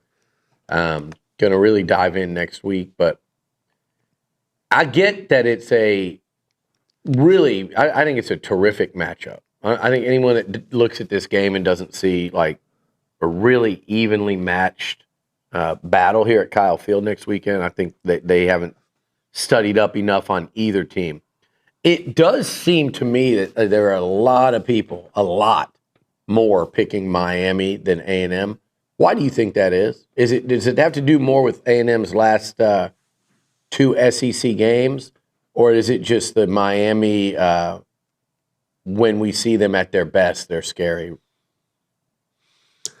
I would probably think it's because of I think there's been a perception, a lot of people, that they've just kind of been waiting for A&M to falter. Yeah. And now that they finally did, they see kind of like a crack in the armor, if you will, and maybe they're not as elite. I think those people are clearly fools. But, I think that perception's out there. And, again, the last time we saw A&M, they didn't look quite as good as they have. So maybe that's a big part of it, but I think it's kind of foolish to bet on old Carson Beck on the road at Kyle Field with as willing as he is to throw it to the other football team. But I think this game's really going to come down to whoever can run the ball better, because neither one of them is really elite at stopping the run, and neither one of them. I think A&M's certainly capable of running the football, but Miami's not shown that. Now, Texas didn't show that either, and they were able to do it over A&M. So that's why I think it's so critical that performance against Texas, we got to prove that to be the outlier and not like the dam has broke on A&M's defense here. Yeah, I'm actually okay with everything. I know some Aggie people I talk to, it's getting in their head, or they're feeling like, oh, we should get more credit. I'm going, the regular season is done. Like you said, there were weeks, where people were expecting the undefeated run to end, and that's fine. Like, you're playing in the SEC. That part's done now. Like, to me, I'm excited to see Texas A&M against Miami and see what the Aggies can do. You had that crack at it in Austin. Get it at home against Miami. And then, when I look at that potential bracket and I see Miami, Ohio State, Georgia, to me, Mike, it's like, why do you watch college football? Why are you a fan of it? If you could give me a path that somehow included Tulane, James Madison, and I don't know if there's Lane Kiffin without the offense, and Ole Miss without Lane Kiffin, and OU without an offense. Like, sure, line up that, but this is what it's about. And to me, this is what A&M has earned. They during the regular season, they earned the right to test themselves now against the best of the best. They did it at the start of the season, and now they're going to be asked to do it at the end of the season. If you're going with, I'm changing courses on you here, outside of Georgia, of the SEC teams, of the 5 SEC teams, who do you think is most likely to go on a run and let's just say play for a national title? Yeah, I think the two that come to mind for me would be Oklahoma, because just how good they are on defense. Mm-hmm. And their path, Alabama's fading a little bit here. They get them at home, of course, and then they go on to face Indiana. Now, I'm not well schooled in Indiana. I know everybody's got to bow down and kiss Signetti's rings, I guess. But I'm not there just yet. But again, if Oklahoma could shut them down, I think that'll be a low-scoring game. I think I like the path there for Oklahoma, but the way their offense is playing, I don't have a ton of confidence in that. But yeah, if it's not Oklahoma, I think it is A&M. And correct me if I'm wrong, but if they get Ohio State, it would be in Texas, Cotton right? Bowl. So there's going to be a lot of Aggies there, of course. So and who knows how good Ohio State really is. Their schedule is pretty. No one in the SEC wouldn't trade their schedule for what Ohio State had to face this year. So I think A&M is that team. Again, I think for most of the year they look like the best team in the country.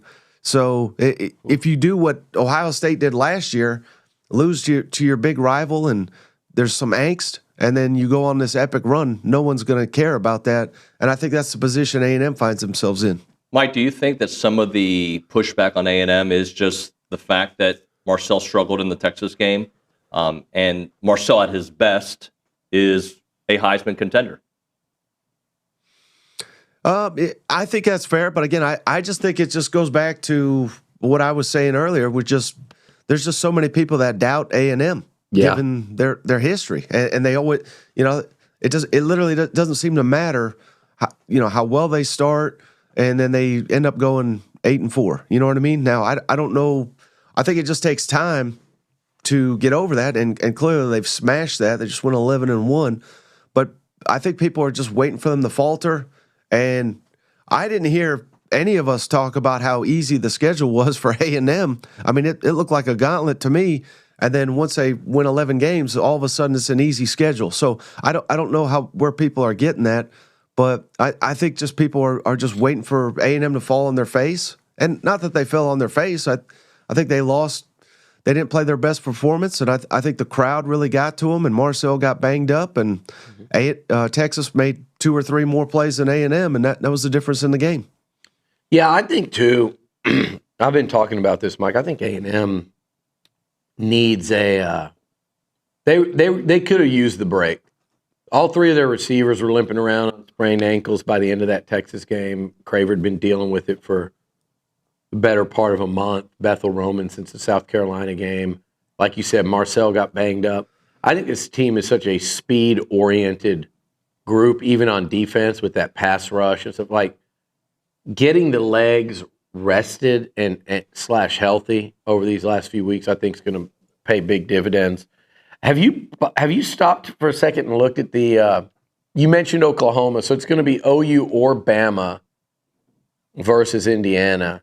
And if A&M wins their game, it'll be the Aggies versus Ohio State. How jacked up will the country be for that? And by the way, both Big Ten teams would be favored. I think most of the country would pick both Big Ten teams. How crazy would the Big Ten SEC talking season be in the 10 days or so leading up to those matchups?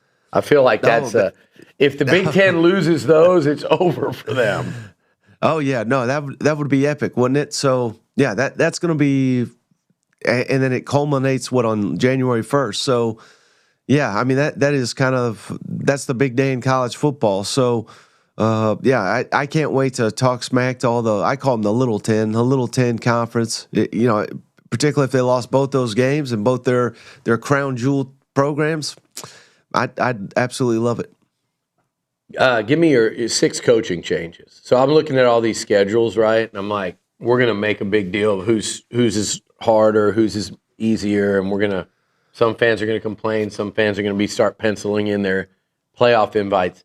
6 new coaches, and if you've paid any attention at all to what goes on in the portal, you'll know that combination right there means there's no telling what's going to happen. So rate for me, Mike, of those 6 new coaching hires, your 2 favorites. And I don't mean the two best, like one coach's, but your two favorites for like rating the hire that program made for that program. Oh, interesting. Yeah, when you spin it that way. Yeah. Because I really like John Summerall. Mm-hmm. I think I'm still pretty confident he'll be successful at Florida. You thought Auburn was a better fit or Ole Miss? Absolutely. Like, if he was just transport everything he's doing at Florida and put it at Auburn, I think Auburn is the big winner. I don't.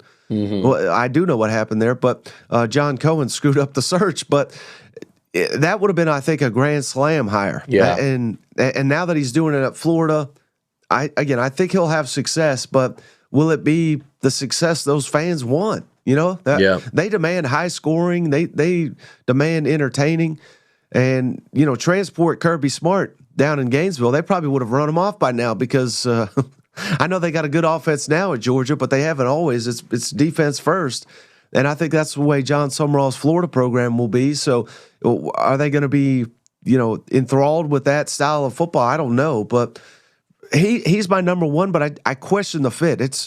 And it's so weird because I think Alex Golish fits Florida better. Mm-hmm. If you could switch those two, I think we'd be cooking there with something. So I guess based on your question, I think I'll have to go LSU Lane Kiffin. In a state of big personalities, he's you can't get any bigger than Lane. I call him quitting because he quit on his team. And then speaking of fit, I actually think Will Stein at Kentucky. I think they desperately needed new life, new blood. And Mark Stoops was a solid coach. I don't think he was great, but I think he was solid. To get someone in there that could be an offensive innovator and bring basketball on grass, I think Will Stein's a fantastic fit for Kentucky. Yeah. Mike, before I let you go along the same lines, what do you think the ripple effects for the SEC are going to be with the Michigan opening? Man, it could be massive, right? So we'll have to see if Alabama loses to Oklahoma. I've experienced it, right, with the Tennessee fan where you go to the playoff. I thought people were going to be happy with making a playoff. I thought that was the goal. But if you get absolutely destroyed, no one gave Heupel any credit for just getting pantsed by Ohio State. It was, man, this guy can't coach. What are we doing here? If that happens to Alabama, which I don't think it will because I don't think Oklahoma can score that many to blow them out. But if it's a decided game, I would probably advise Kalen DeBoer to take the Michigan job, stay ahead of that Crimson Tide mob, and then as crazy as it sounds, it's kind of a troll, but not really. I think Lane Kiffin may leave LSU for Alabama because Alabama's the job he wants. Yeah, that part's crazy and fun. I saw one thing where all the Texas fans were making fun of Desmond Howard, and somebody said, you guys are acting like Desmond's not 2 steps ahead over here. He's playing like 4D chess, and it's DeBoer to Michigan. Bama goes and gets Sark, and that was what I don't believe that at all. But it does open up the doors for craziness. I personally, I said this yesterday, Mike. I personally don't think that it shakes out in the most dramatic way possible, which would obviously be DeBoer going up there, which I do think is realistic, but I don't think that's how it typically doesn't go that way.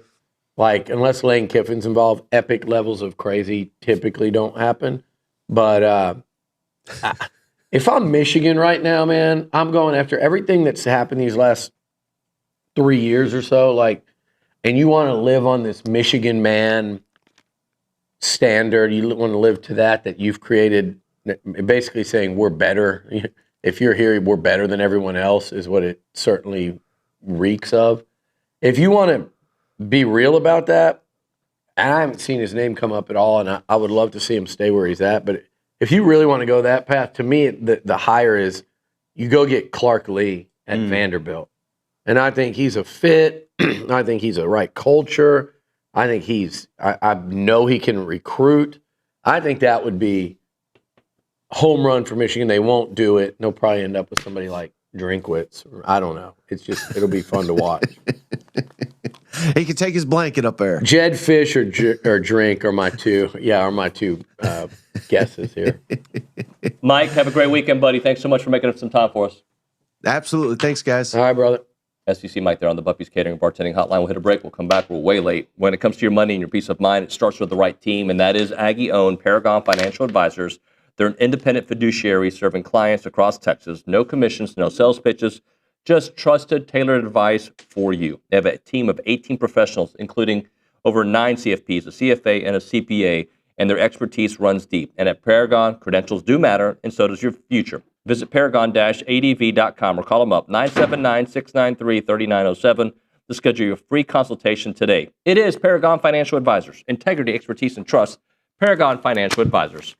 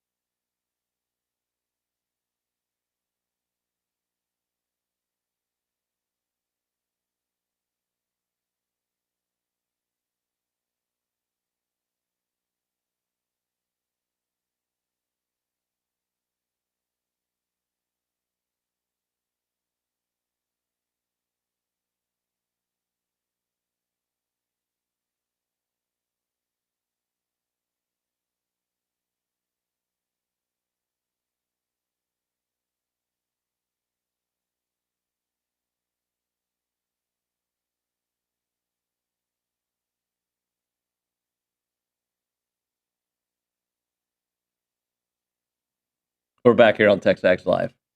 We're presented by David Gardner's Jewelers. We're in the Rollo Insurance Studio. What's that? I said, now you know why I gave you that look earlier. Let's just read a text or something. Try to get back on track here on the program. So they talked about the Michigan head coaching opening, and I was wondering, are there even 5 Power 4 head coaches that you would say are, quote, unmovable? Like that you would be like, they're like Kirby Smart. Like Kirby Smart is not leaving Yeah, I would Georgia. say he is definitely the one. I'm trying to think who else. Would you say Ryan Day is never leaving Ohio State? Yeah. Yeah. So, so there's those two. And then there's Dabo. I mean, is Dabo going to leave Clemson? No, he'd be fired before he'd leave Clemson, I think. Yeah. Right? I'm not 100% sure. Like, if Alabama opened up tomorrow, first of all, I don't think they'd call Dabo right now because he's not. Yeah, he's not as. Popular. This isn't 7 years ago, Dabo. But I don't think Dabo's leaving Clemson. Maybe for Alabama, right? Yeah. But I don't think he's leaving. Like you have Kirk Ferentz at Iowa. Like he's not leaving Iowa, but that's not because he's that great of a head. That's just because he's been there for 50 years. What do y'all think about Dan Lanning at Oregon? That's an interesting one. Yeah, that's one that like he could move. Yeah, you could see him leaving, but like only for Georgia, Bama level jobs. Yeah, right? there's like maybe 5 jobs that He's getting that Nike money right now. Yeah, so that's good. That's good paycheck. Yeah, he has Nike in his pocket. Like I don't think he would. But leave you have that to job. live far from every human ever. I feel like when I think that of is Oregon, true. You're like isolated. I feel like you're on a different planet. Yeah, like it's like even though it's a 4-hour flight, right? Yeah. And I think LA is 3 hours and 20 minutes. So it's not that. It just feels maybe it's 4.5-hour flight. I feel like, and I know there's that one dude, Dave in the Pacific Northwest. Who, he'll probably tell us the exact amount of time it takes to get there. He's got us covered. But like, and then Elko here, like, I don't think Elko would go elsewhere, but like I don't think he's so young in his head coaching career that you never know. Like Sark, I don't think would leave for another college. I think he would leave for the NFL for sure. Or Bama. That's the thing. Like you can But say I don't know if he would actually. You can say a coach is unmovable until a job like Bama calls your phone, and then you're like, okay, hang on. In Bama's world, in this new college football world, is Bama better than Texas? Resources wise, no. No. So I don't know. Yeah. So far we're at and 3. You're at you have to be a legend at Alabama. Yeah. Like we're seeing Kalen DeBoer get run off for going 10-3. Now they looked bad against Georgia, but you look at all sorts of different jobs around the country. Like that is not getting you run out of town like it is with Kalen DeBoer right now. So right now we're at 3. Kirby Smart, Ryan Day, and Kirk Ferentz at Iowa. Yes, Kate. Well, I'm trying to think of. Do you think? Well, actually, no. It's Lane Kiffin. Never mind. Never mind. I was going to say Lane now that he's at a big job, but I mean, I don't think Bama's going to call Lane. No. But if they called Lane, would he be like, "Hold on, let me think about this for a second"? Hang on. The ink isn't that dry. And by the way, I'm glad that SEC Mike said what he said about Lane quitting on Ole Miss because that's exactly what he did. He did. He quit. Mm-hmm. But when are you going to take the job? You don't take the job. Yeah. This year, sorry. But then you won't. This is a dream job for you. How do you know? All right, we're going to hit a break here on TexAgs Live. Billy was walking in. Yeah, that's why I did that. as he walked in, we're headed. I did that on purpose. I figured. I'm going to give him a look. Yeah, that's right. I did it. Moment for Caldwell Country Chevrolet. Highway 21 in Caldwell. Online at Caldwell. Oh, he's coming back. CaldwellCountryChevrolet.com. It's the place to go when you're looking for a vehicle. If you are into Chevys, I mean, come on, guys. Like, that's the place to go. Go America, right? You go there, you're going to find all your selection. Great trade-in value, great people. So when you put that all together, you're talking about an exceptional experience there at Caldwell Country Chevrolet. And they're also a business elite dealer, which means they know what it takes to keep your company moving forward. And every vehicle that you purchase at Caldwell Country Chevrolet comes with that complimentary oil change for life. Remember, 15-minute, why did I say it like that? 15-minute drive, the edge of Bryan to the beginnings of Caldwell. Short conversation away, but you'll see the difference when you step on the lot and you do business with the great people at Caldwell Country Chevrolet. Highway 21 in Caldwell. Online, CaldwellCountryChevrolet.com.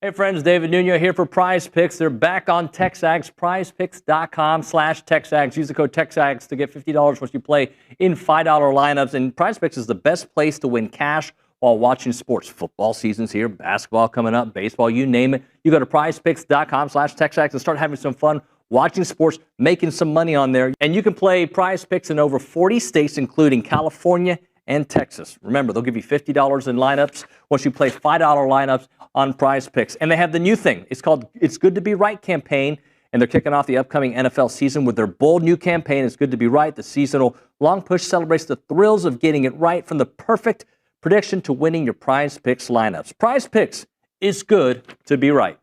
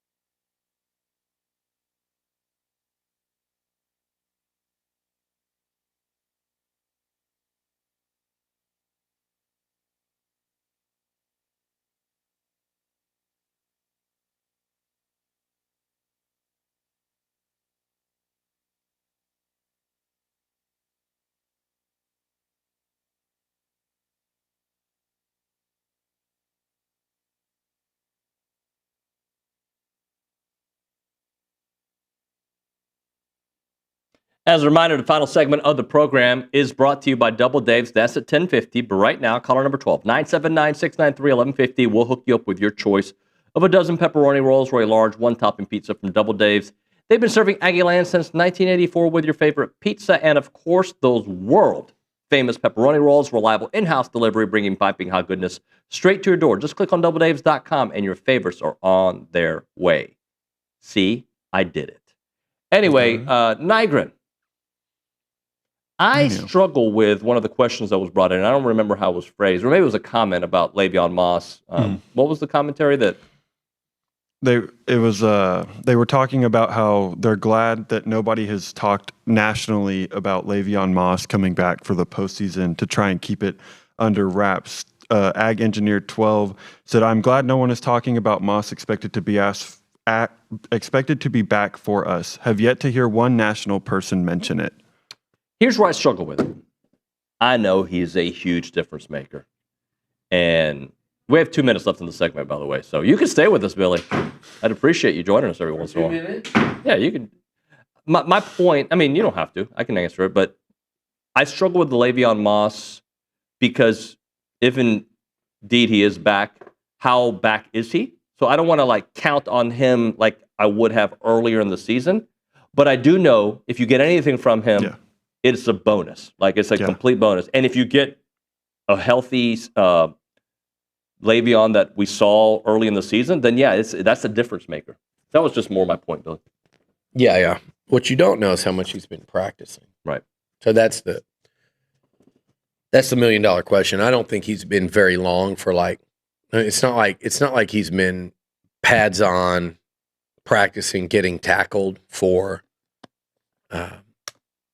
the last 3 weeks or anything like that. So, I don't know. By the way, I love those throwback I do uniforms against Florida. I don't know whether or not Le'Veon would have even gone in the SEC title game. In fact, I don't think he would have.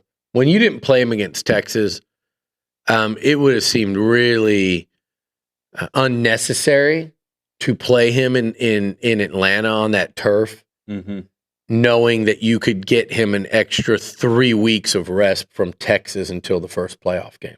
Or not rest, but just 3 weeks further down the road to recovery. So I don't think we would have even seen him in Atlanta once you didn't see him in Austin. God, could they have used him in Austin?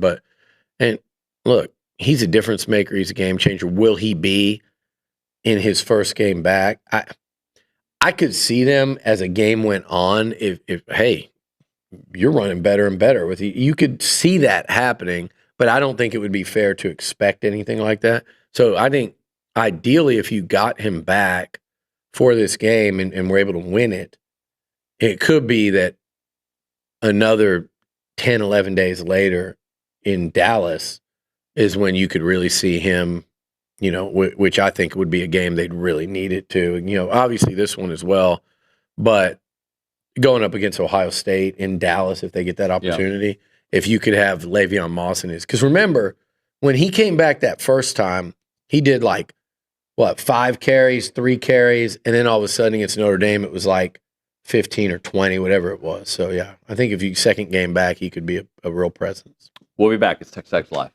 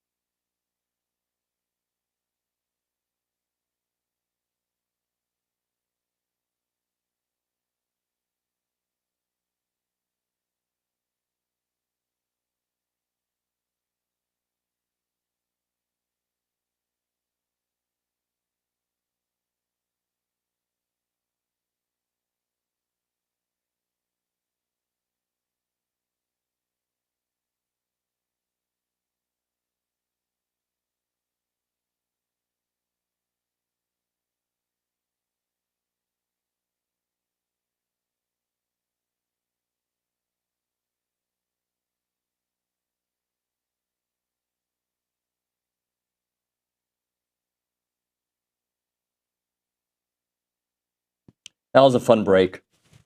We picked on each other. Billy made the comment that I didn't hang out with friends that would pick on me. I felt like you guys were like, hey, guys, we don't. Nuño gets a little sensitive. I just wanted to point out while I was driving over here when he asked Joni Taylor about the bike build and how did that go. And she says, well, it's actually hasn't happened yet. And it's still the same question. How's it going to go? Okay. Yeah. It was just funny. And if anyone doesn't think that's funny, then don't be around me because that was hilarious. Well, so I brought it up and Nuño he went Ultra Sense. Yeah. Ultra Sense over here. And I said, Nuño, I think when you were at Elsick. I went to Hastings. When you were at Hastings, the Fighting Bears. Yep. How did it feel to share a parking lot with another high school? How stupid is that? We didn't share a parking lot. How did it feel to be next door with a high school? And is it true that y'all drew in junior high out of a hat to see who went? Was it a lottery to see who went to which school? It was a lottery, but it was not for me because my brother went to Hastings. So, like, you could have gone. I got picked for if me and you were best friends, but I couldn't be because I'm apparently too. I couldn't have fit into the group because they don't pick on each other. You're not as neat as me. High school guys that don't pick. It looks pretty neat. Now, after I pointed it out, it was a disaster. He was picking on me about how dirty my area was. Yeah, is that weird? So, like, we could have been like best buddies. And they just said one day, hey, you're going to this school, you're going to that one. It's not too different than what happens here at Consol. And does that still happen? Yeah, it's not a lottery. But you are zoned to a certain area, and the areas are kind of differently. They kind of move. Yeah, like I live way closer to College Station High than I do Consol. Yeah. But my kids go to Consol, but they're happy. But no, my friends didn't spend all day picking on each other, but we did pick on each other from time to time, yes. Guys, this isn't how we act in this group. You're being a little insensitive. He just made a mistake with the Joni Taylor interview. So you don't like when people Let's cut him some slack. So man. I should just. So when Steve come on, man, let's cut him some slack. Steve responds to you when you pick on him. So does Seth. I know. That's what you're supposed to do. You gave me. I've been waiting weeks to talk about the crime scene that you leave here. Yeah, I thought that was. I didn't pick on you for that. Cow, you did a whole segment. Yeah. That's my point. You should have. I would have done a whole segment. I wanted you to go the whole show with so my people would make chest fun of hair you. flailing out everywhere. White skin and chest hair. Golly. Sorry, I'm not tanning in December. I'm not either. I'm just naturally Latino. Go ahead. Hey, I'm a disgrace to all Italians. No. I would never say that. Guys, we don't do that. Come on. No, in our meetings we do. You're not a disgrace, Billy. Billy, would you like to talk about the schedule release? Yeah. Because that second half of the season, those road games, as of today, I mean, we've already learned, don't think about a schedule too early because what happens in the middle of the season. They'll be saying, A&M played the lightest schedule ever. But those are some interesting road games. And we knew that was going to happen, but just the way it kind of lays out, especially the second half of the year. I mean, that's going to Missouri, going to Alabama, going to South Carolina, which has been hard the last couple of times, and at Oklahoma. And LSU. I was talking the second half, but yes, at LSU, yes. I mean, it is on paper, as you look at it today, that's the toughest schedule, probably the second toughest schedule A&M will ever play. The toughest was that year where the Aggies played like three teams number one. Georgia was like number 3, had been number 1 at one point in the season, and then even Auburn was like sitting there at number 8. Mm-hmm. So it was crazy. But I'm still not sure week in and week out it didn't look like it tougher than this because A&M went. But that's tougher because of the eliteness of the teams. Who knows? That could be the case here. So you look at this schedule and it's hard though because you're going off of like, hey, LSU should be really good under Lane Kiffin, but are they really good at the end of September under Lane Kiffin? Or did you catch a break there? You know. What does Tennessee look like this year? Is Shane Beamer by the end of the year? Does he even have Lenore Sellers? And if he doesn't, is he getting towards the end of the road there? OU in Norman looks daunting. Bama in Tuscaloosa looks super daunting. Again, what's their quarterback situation look like? I mean, obviously they've got a 5-star freshman sitting there, but you're losing Ty Simpson. So I mean. We just don't know. But, yeah, on paper, that looks absolutely brutal, especially that finishing kick. When you go Tennessee, Tennessee, South Carolina, OU, and Texas. That is, what a finishing kick right there.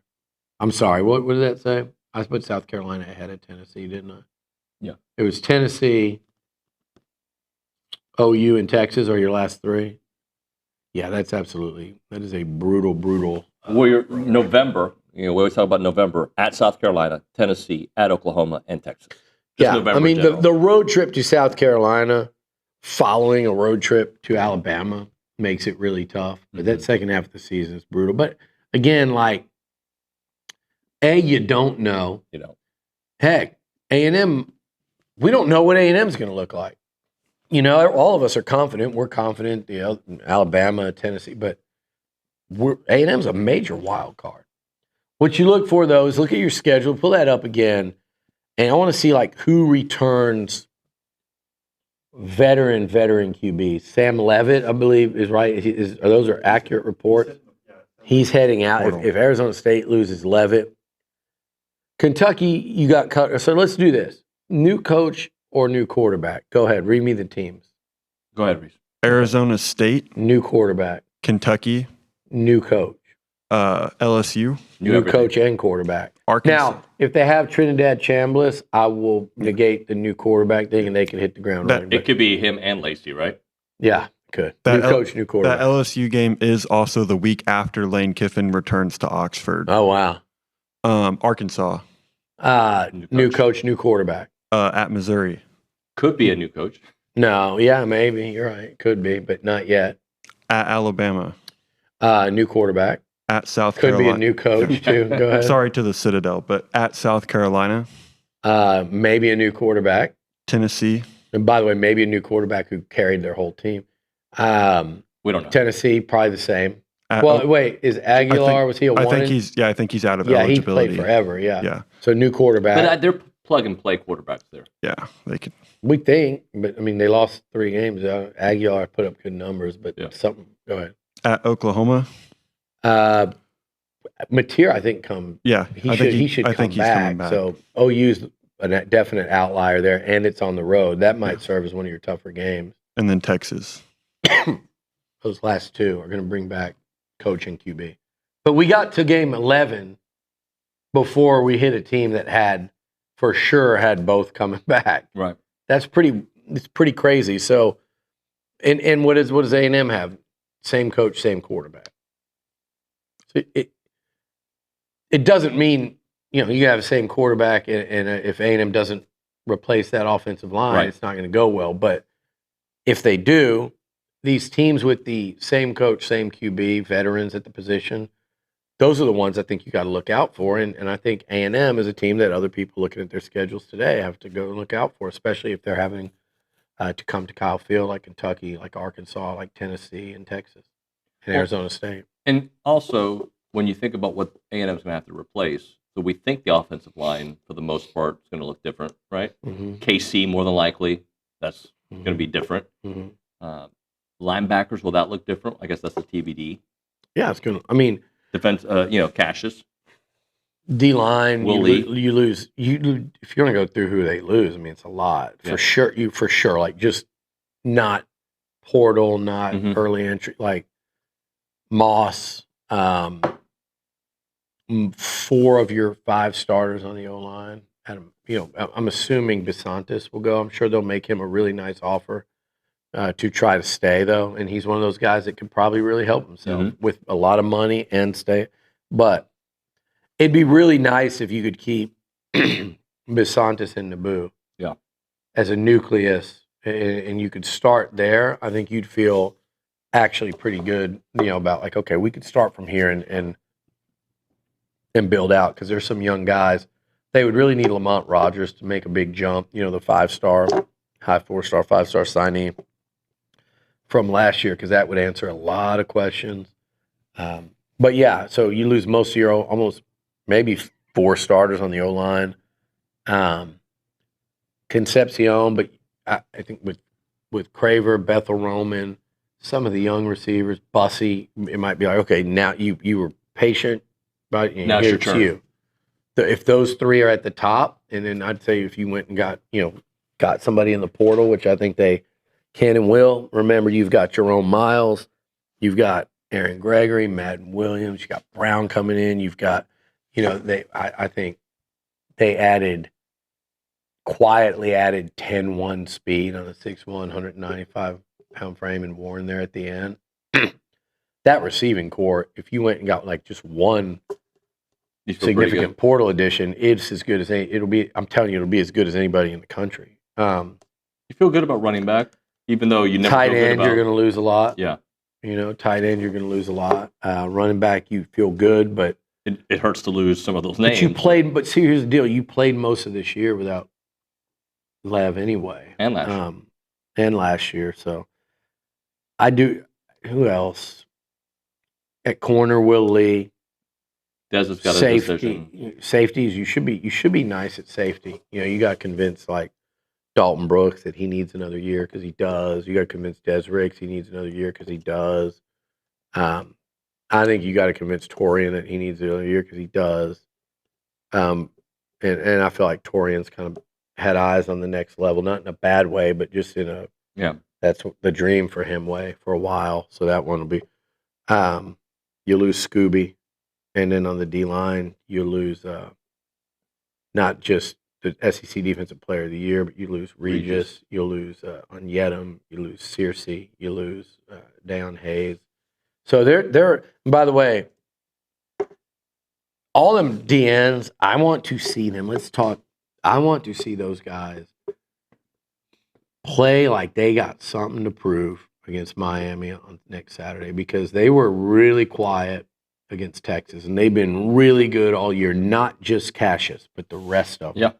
They've been really good all year, and that was a very quiet group against the Longhorns.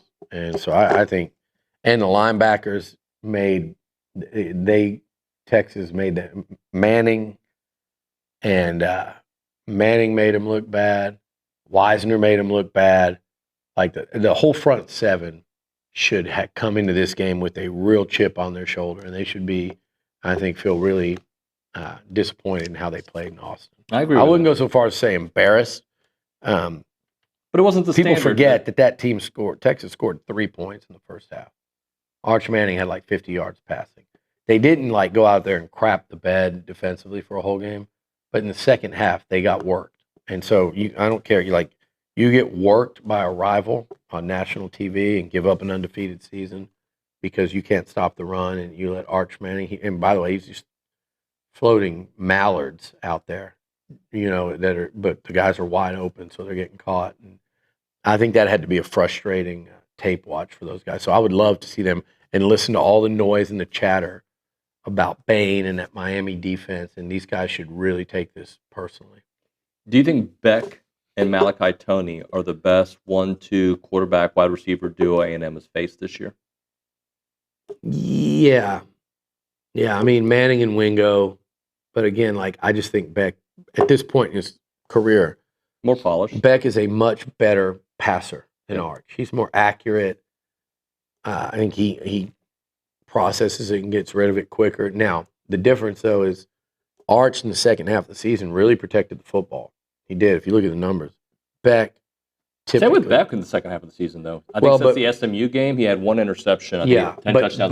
But who are they? They played Pitt. Was the one team. They played, and OB went through the past defenses. They were all terrible. The other teams are really, really bad. Yeah, really bad. But one interception versus 10 TDs, and like if Marcel Reed, I think he did actually to start the season. Now you had Notre Dame in there, but had it been Samford, Utah State, and UTSA, and Marcel was 10-1 TD, it would be impressive. You'd be like, oh, he's producing touchdowns, he's protecting the ball. So yeah, but there would still need to be the asterisk, because if he did that in a 3-game stretch of SEC games, which by the way he probably did at one point, then you'd be having a whole different conversation. Beck did not do that. Beck did it against lesser teams, but the fact is he's coming in here confident, and he's been protecting the football. But I think the key is not only like OB said, those pass defenses how much pressure were they able to get on Carson Beck with their pass rush? Not just blitzes and things like that, but even a 4-man pass rush. Were those teams even able to get close to him that way? Because Miami does have a good offensive line, too. It's what Cristobal does. So, look, man, everyone thinks Miami's more physical. Everyone thinks they have more playmakers. Everyone thinks they're a better team. And I mean, damn near everyone that I see. I disagree with all that. I think it's I'm giving Miami credit, but I think it's all pretty damn even. And I think a lot of people are making this pick based on one game of A&M. Either 1 or 2 games, A&M. See, and I get it. If I'm on the outside, I get it. But I think this team was not fading down the stretch, but I think they were hurt. They needed a breather. Yeah. They needed a blow, and I think they got it. Ironically enough, because they lost to Texas, but I think they're going to come out looking more like the team that we saw prior to South Carolina. And by the way, in South Carolina, I sit here and say this: how many teams outscored South Carolina 28-0 in 2 quarters of play this year? Probably none. Yeah, maybe one. Probably none. That team in that half looked like a national championship contender. So here's what I'm going to say about 2 of the last 2 games that everybody's knocking A&M for. I get it, but even within those games, the Aggies are up 10-3 on the road at halftime, getting the ball against a top 15 team in a really, really loud and intense environment in a rivalry game.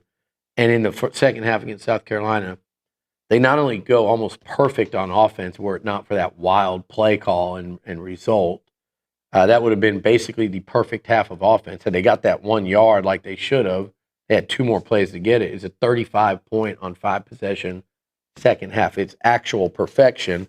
And then defensively, I think they held South Carolina to roughly 75 yards in the second half and no points, which is essentially perfection. So for as down as everyone is on the Aggie showings in those games, it's more about a Jekyll and Hyde thing than just saying, man, they played like crap. Yeah, even in those rough-looking outcomes, they had 2 quarters of football where they clearly outplayed the opposition. So, I mean, it's not like it's just gone and forgotten. So, I think people are just Miami's a trendy pick. I can see why. The things that they're saying about Miami, I don't disagree with.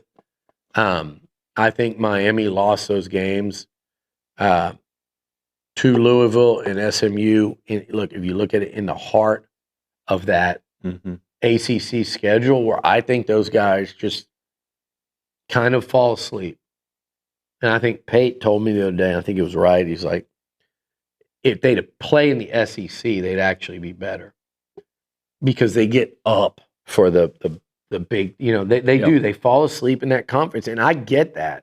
If you're an Aggie fan, you understand that, because we can see A&M lose to Mississippi State at home one week, lose to Arkansas the week before, and come back and beat Bama. Yeah.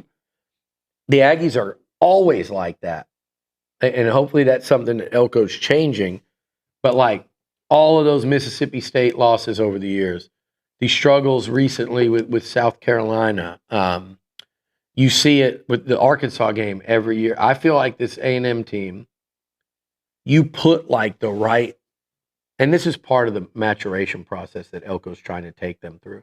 But historically, since they've come to the SEC, you put the right helmet in front of them, or a number by the other team's name, or they're at home and they're going to just ball out.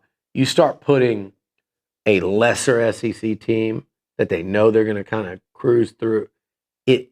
You get that performance, win or lose. It's kind of sluggish. And that's more often, in my opinion, than not. Is how it feels. It feels like it happens multiple times a year.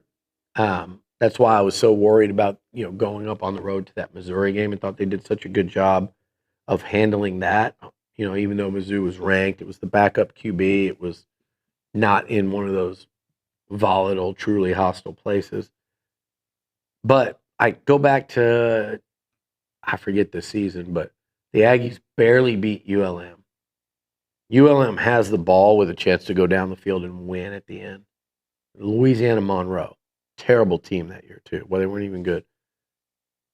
They go out the next week, and Kyle Allen has like 4 touchdowns at halftime, and they beat number 3 Auburn on the road at Jordan-Hare.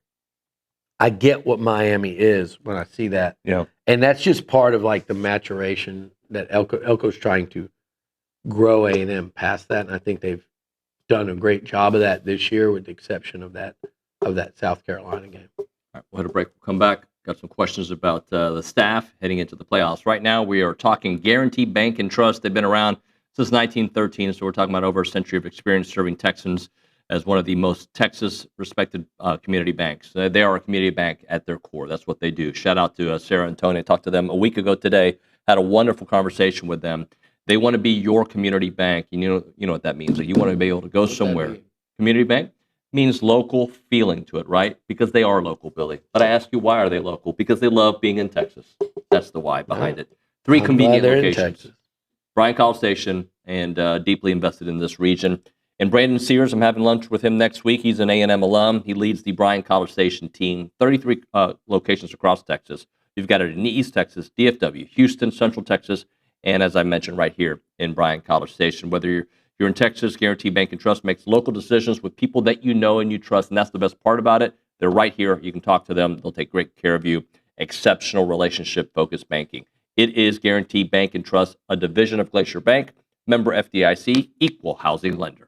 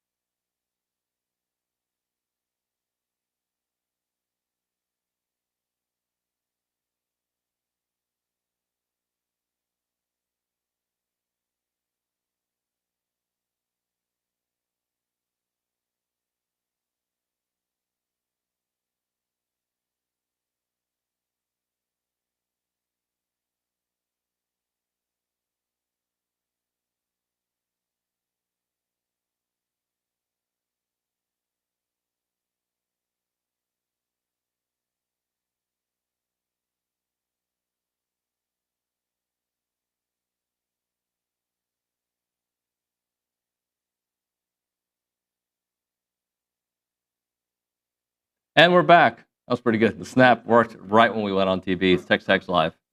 We're presented by David Gardner Schuler's Wallow Insurance Studio. I'm always fascinated. I try to time when Nick and Kate are going to put the camera on, and sometimes it works and sometimes it doesn't. Billy, I was grilling you yesterday on the show about, hey, so what's going to happen? Is Jay Bateman going to finish the season? No, you. I did. It was Flo B. It was me. Thanks for remembering. Right after. 2 seconds after, you're all like, well, how does this look with this and that? Yibbity, yibbity, yibbity. That's all, folks. That was pretty good. It was me who asked. That being said, you confirmed that looks like he's going to stay for the playoff run. Yeah, I think, much like, just like Klein, Bateman will be remaining through the playoff here. So they'll have continuity and stability on the offensive staff. Same with Christian Ellsworth, who works with he's a primary guy that works with the tight ends, and he's going to Kansas State with Klein. Came with Klein from so. I think they'll be stable coaching wise through the playoff. I think the one concern is legit. People keep asking. It's like, how is Colin Klein going to do this and that and that and the other? And I do think it's a legitimate thing, especially for a first-time head coach. But particularly so if A&M were to go on a run. Right now, there's no portal. There's no, the signing day was a week ago, a little over a week ago. He's putting together a staff. Now, I don't know how you guys, what y'all think. There is time in the day to put together a coaching staff and coach. There is. I promise you there is. It's phone calls. It's a lot of the agents doing work for you. So, yeah, here's what I'll say to that. Everyone that's like, it's not optimal. You are correct. I agree. Anyone that has any common sense agrees. It's not the way you want to be in a playoff with your play caller on offense, not defense. That's your linebackers coach. But your play caller being, pulled in two different directions, you'd want total and complete focus 24/7. Yes. But you have that's control optimal. of that. It's not it's not optimal, but there is plenty enough time in a day and in a week for Colin Klein to do both. And if there wasn't, then Mike Elko would say, go on, we've got a couple weeks here, we got to get ready. There is time.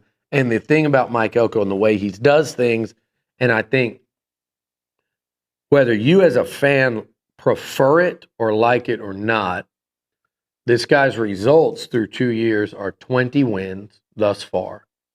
He is what? 20-6. I guess they lost a fifth game to or they were 8-5. They weren't 19-6. He's 11-1 in the playoffs in year 2. Spent the whole season in the top 5.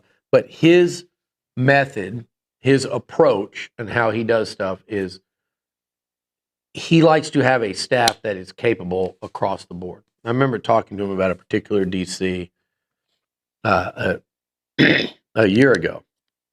It's when Bateman was kind of looking, and Elko was debating if he was going to hire or do it. And there was a certain coordinator that he was familiar with. He said, look, the way he'll do it is he'll go lock himself in a room and come up with a game plan. It'll be a great game plan, but it basically was like excluding the rest of the staff where none of them, A, they don't progress, B, are they experienced enough to be able to handle that? So there's things that go into this, but he'd prefer collaborative effect. He would love to be able to promote from within. Yeah. And that's what he did, when we saw him do that with somebody that was here in Santucci, who's now doing a really nice job, in his own career. So that's kind of that's the way he did it. And you notice, he left Notre Dame. What did they do? What did Brian Kelly do? They promoted Clark Lee. It's what he's familiar with. And so that's why you see Lyle Hemphill. That's why I said from the beginning, I think, I believe it's going to be Holman Wiggins. I've said that from day one. There's a whole time between now and the season ends that they could go a different direction. But all this stuff about this guy might take the job, or he almost did in the interview, and this guy and that guy, that's not true. It's not accurate. So this is the way he would prefer to do it. So with Colin Klein, I think they love their offensive staff in general, from Klein to Cushing to Trooper Taylor, Wiggins to Doherty. And by the way, they've brought in other guys. Like, they've got young coaches on that staff that are ready to ascend if need be, and veterans on offense and defense. So there's he's bringing guys in.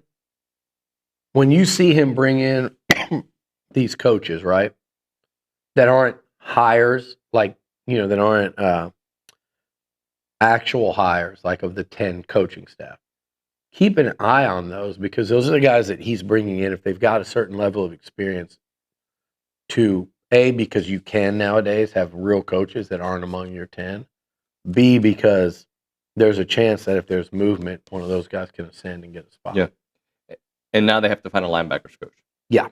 So that's what they'll do. So I wrote that in the deal there, because that was the other question. Does Hemphill's back end, he's coaching, he's going to coach, I wrote Hemphill will be a walk-around coach. Now, Jordan Peterson is getting pursued by K-State. I deal with crap every time I mention this. Like, it's so silly with this. It's like, but yes, I'm not breaking the secret, so I know there's a person that listens and they get their feelings hurt all the time. It's no secret that Colin Klein is pursuing Jordan Peterson as potentially the DC. So if he ends up being the guy and Klein doesn't go get somebody with more experience, which it's interesting because I think JP is really good and going to be really good, and I think he's ready to take another step, call plays and do that. But does Klein go in his first job get a wholly unexperienced DC? Might be what Elko's doing at OC, but first job, first time. I think Jordan Peterson is considered a future stud in the profession. So that one will be interesting to watch. But for right now, you're going to have like 2 D-line coaches. Ish coaches the corners. Jordan coaches the safeties. And then you're going to have Hemphill as kind of a walk-around guy, and you're going to hire a linebackers coach. So right now, the hire that's out there, the 2 hires that are out there to be made, in my opinion, are linebacker and QBs. And QBs. Can we touch on the tight ends coach too? Because you wrote about that. Derek Shea is going to be arriving after the playoff run. He's coming from Kentucky. Yeah. So that was an outside hire. And they went where Ellsworth was essentially doing it, and I think he did a great job with the tight ends this year. Mm-hmm. He did a great job with them. You look at the improvement at that position, but you're adding an experienced guy coming in here from an SEC program, so I like that addition as well. All right, we'll have a break. We'll come back with more. Right now, we're talking about the Association of Former Students. If your organization or business is looking for an opportunity to engage with Aggies, you need to check out the Association of Former Students. They bring Aggies of all ages together during their marquee events held throughout the year. We're talking about Aggie Ring Day, All Aggie Hullabaloo, the gathering. They welcome tens of thousands of guests. And there are many sponsorship and vendor opportunities available to get your brand in front of those attendees. And they offer a wide variety of both digital and in-person options to promote your brand. This includes title sponsorship naming, on-site presence, activation, recognition in social media posts, and much, much more. Also, there's advertising opportunities in both the Texas Aggie magazine and the Aggie News newsletter, which are seen by over 230,000 people. So if your business is ready to engage with Aggies, choose a partner that's been with the organization supporting the Aggie Network for over 140 years. For more information on options available through the Association of Former Students, please contact them by emailing them at sponsorship@aggienetwork.com. It is the Association of Former Students.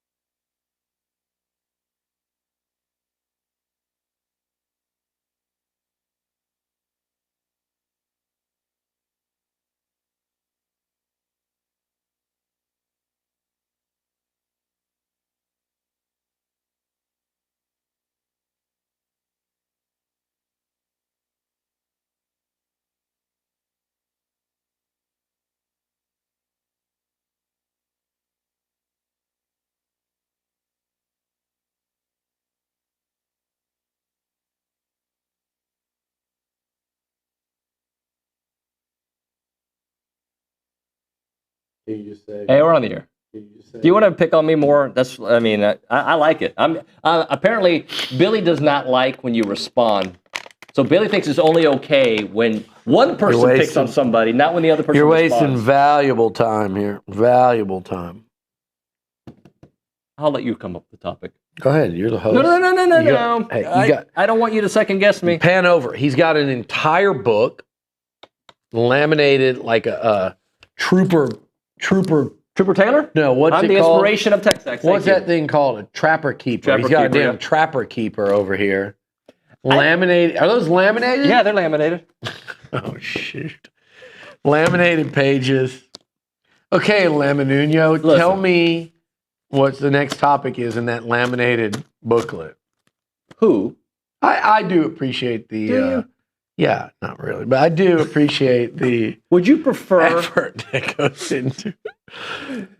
knowing when Joni Taylor's Build-A-Bike is do you actually see the color happening. coding I have on my rundown? Isn't that I see beautiful? it every week. That's great. Come on. Okay. What do you got on there? I actually have, this is a question for you. I'm sure you'll love answering this question. But nowhere in that book did it tell you when Joni's charity thing was. When was it? It's this weekend. Tomorrow. Thank you for listening. Yeah. I appreciate that. Did. Joni's my dear friend. friend. I like the show. I like. So my question, and I think there isn't an answer for this, but here's the question. Who is the key for a deep run? Because I don't think there is a who. I know a lot of people would say, Marcel's got to be great. I think Marcel's got to be really good. This team is at their best.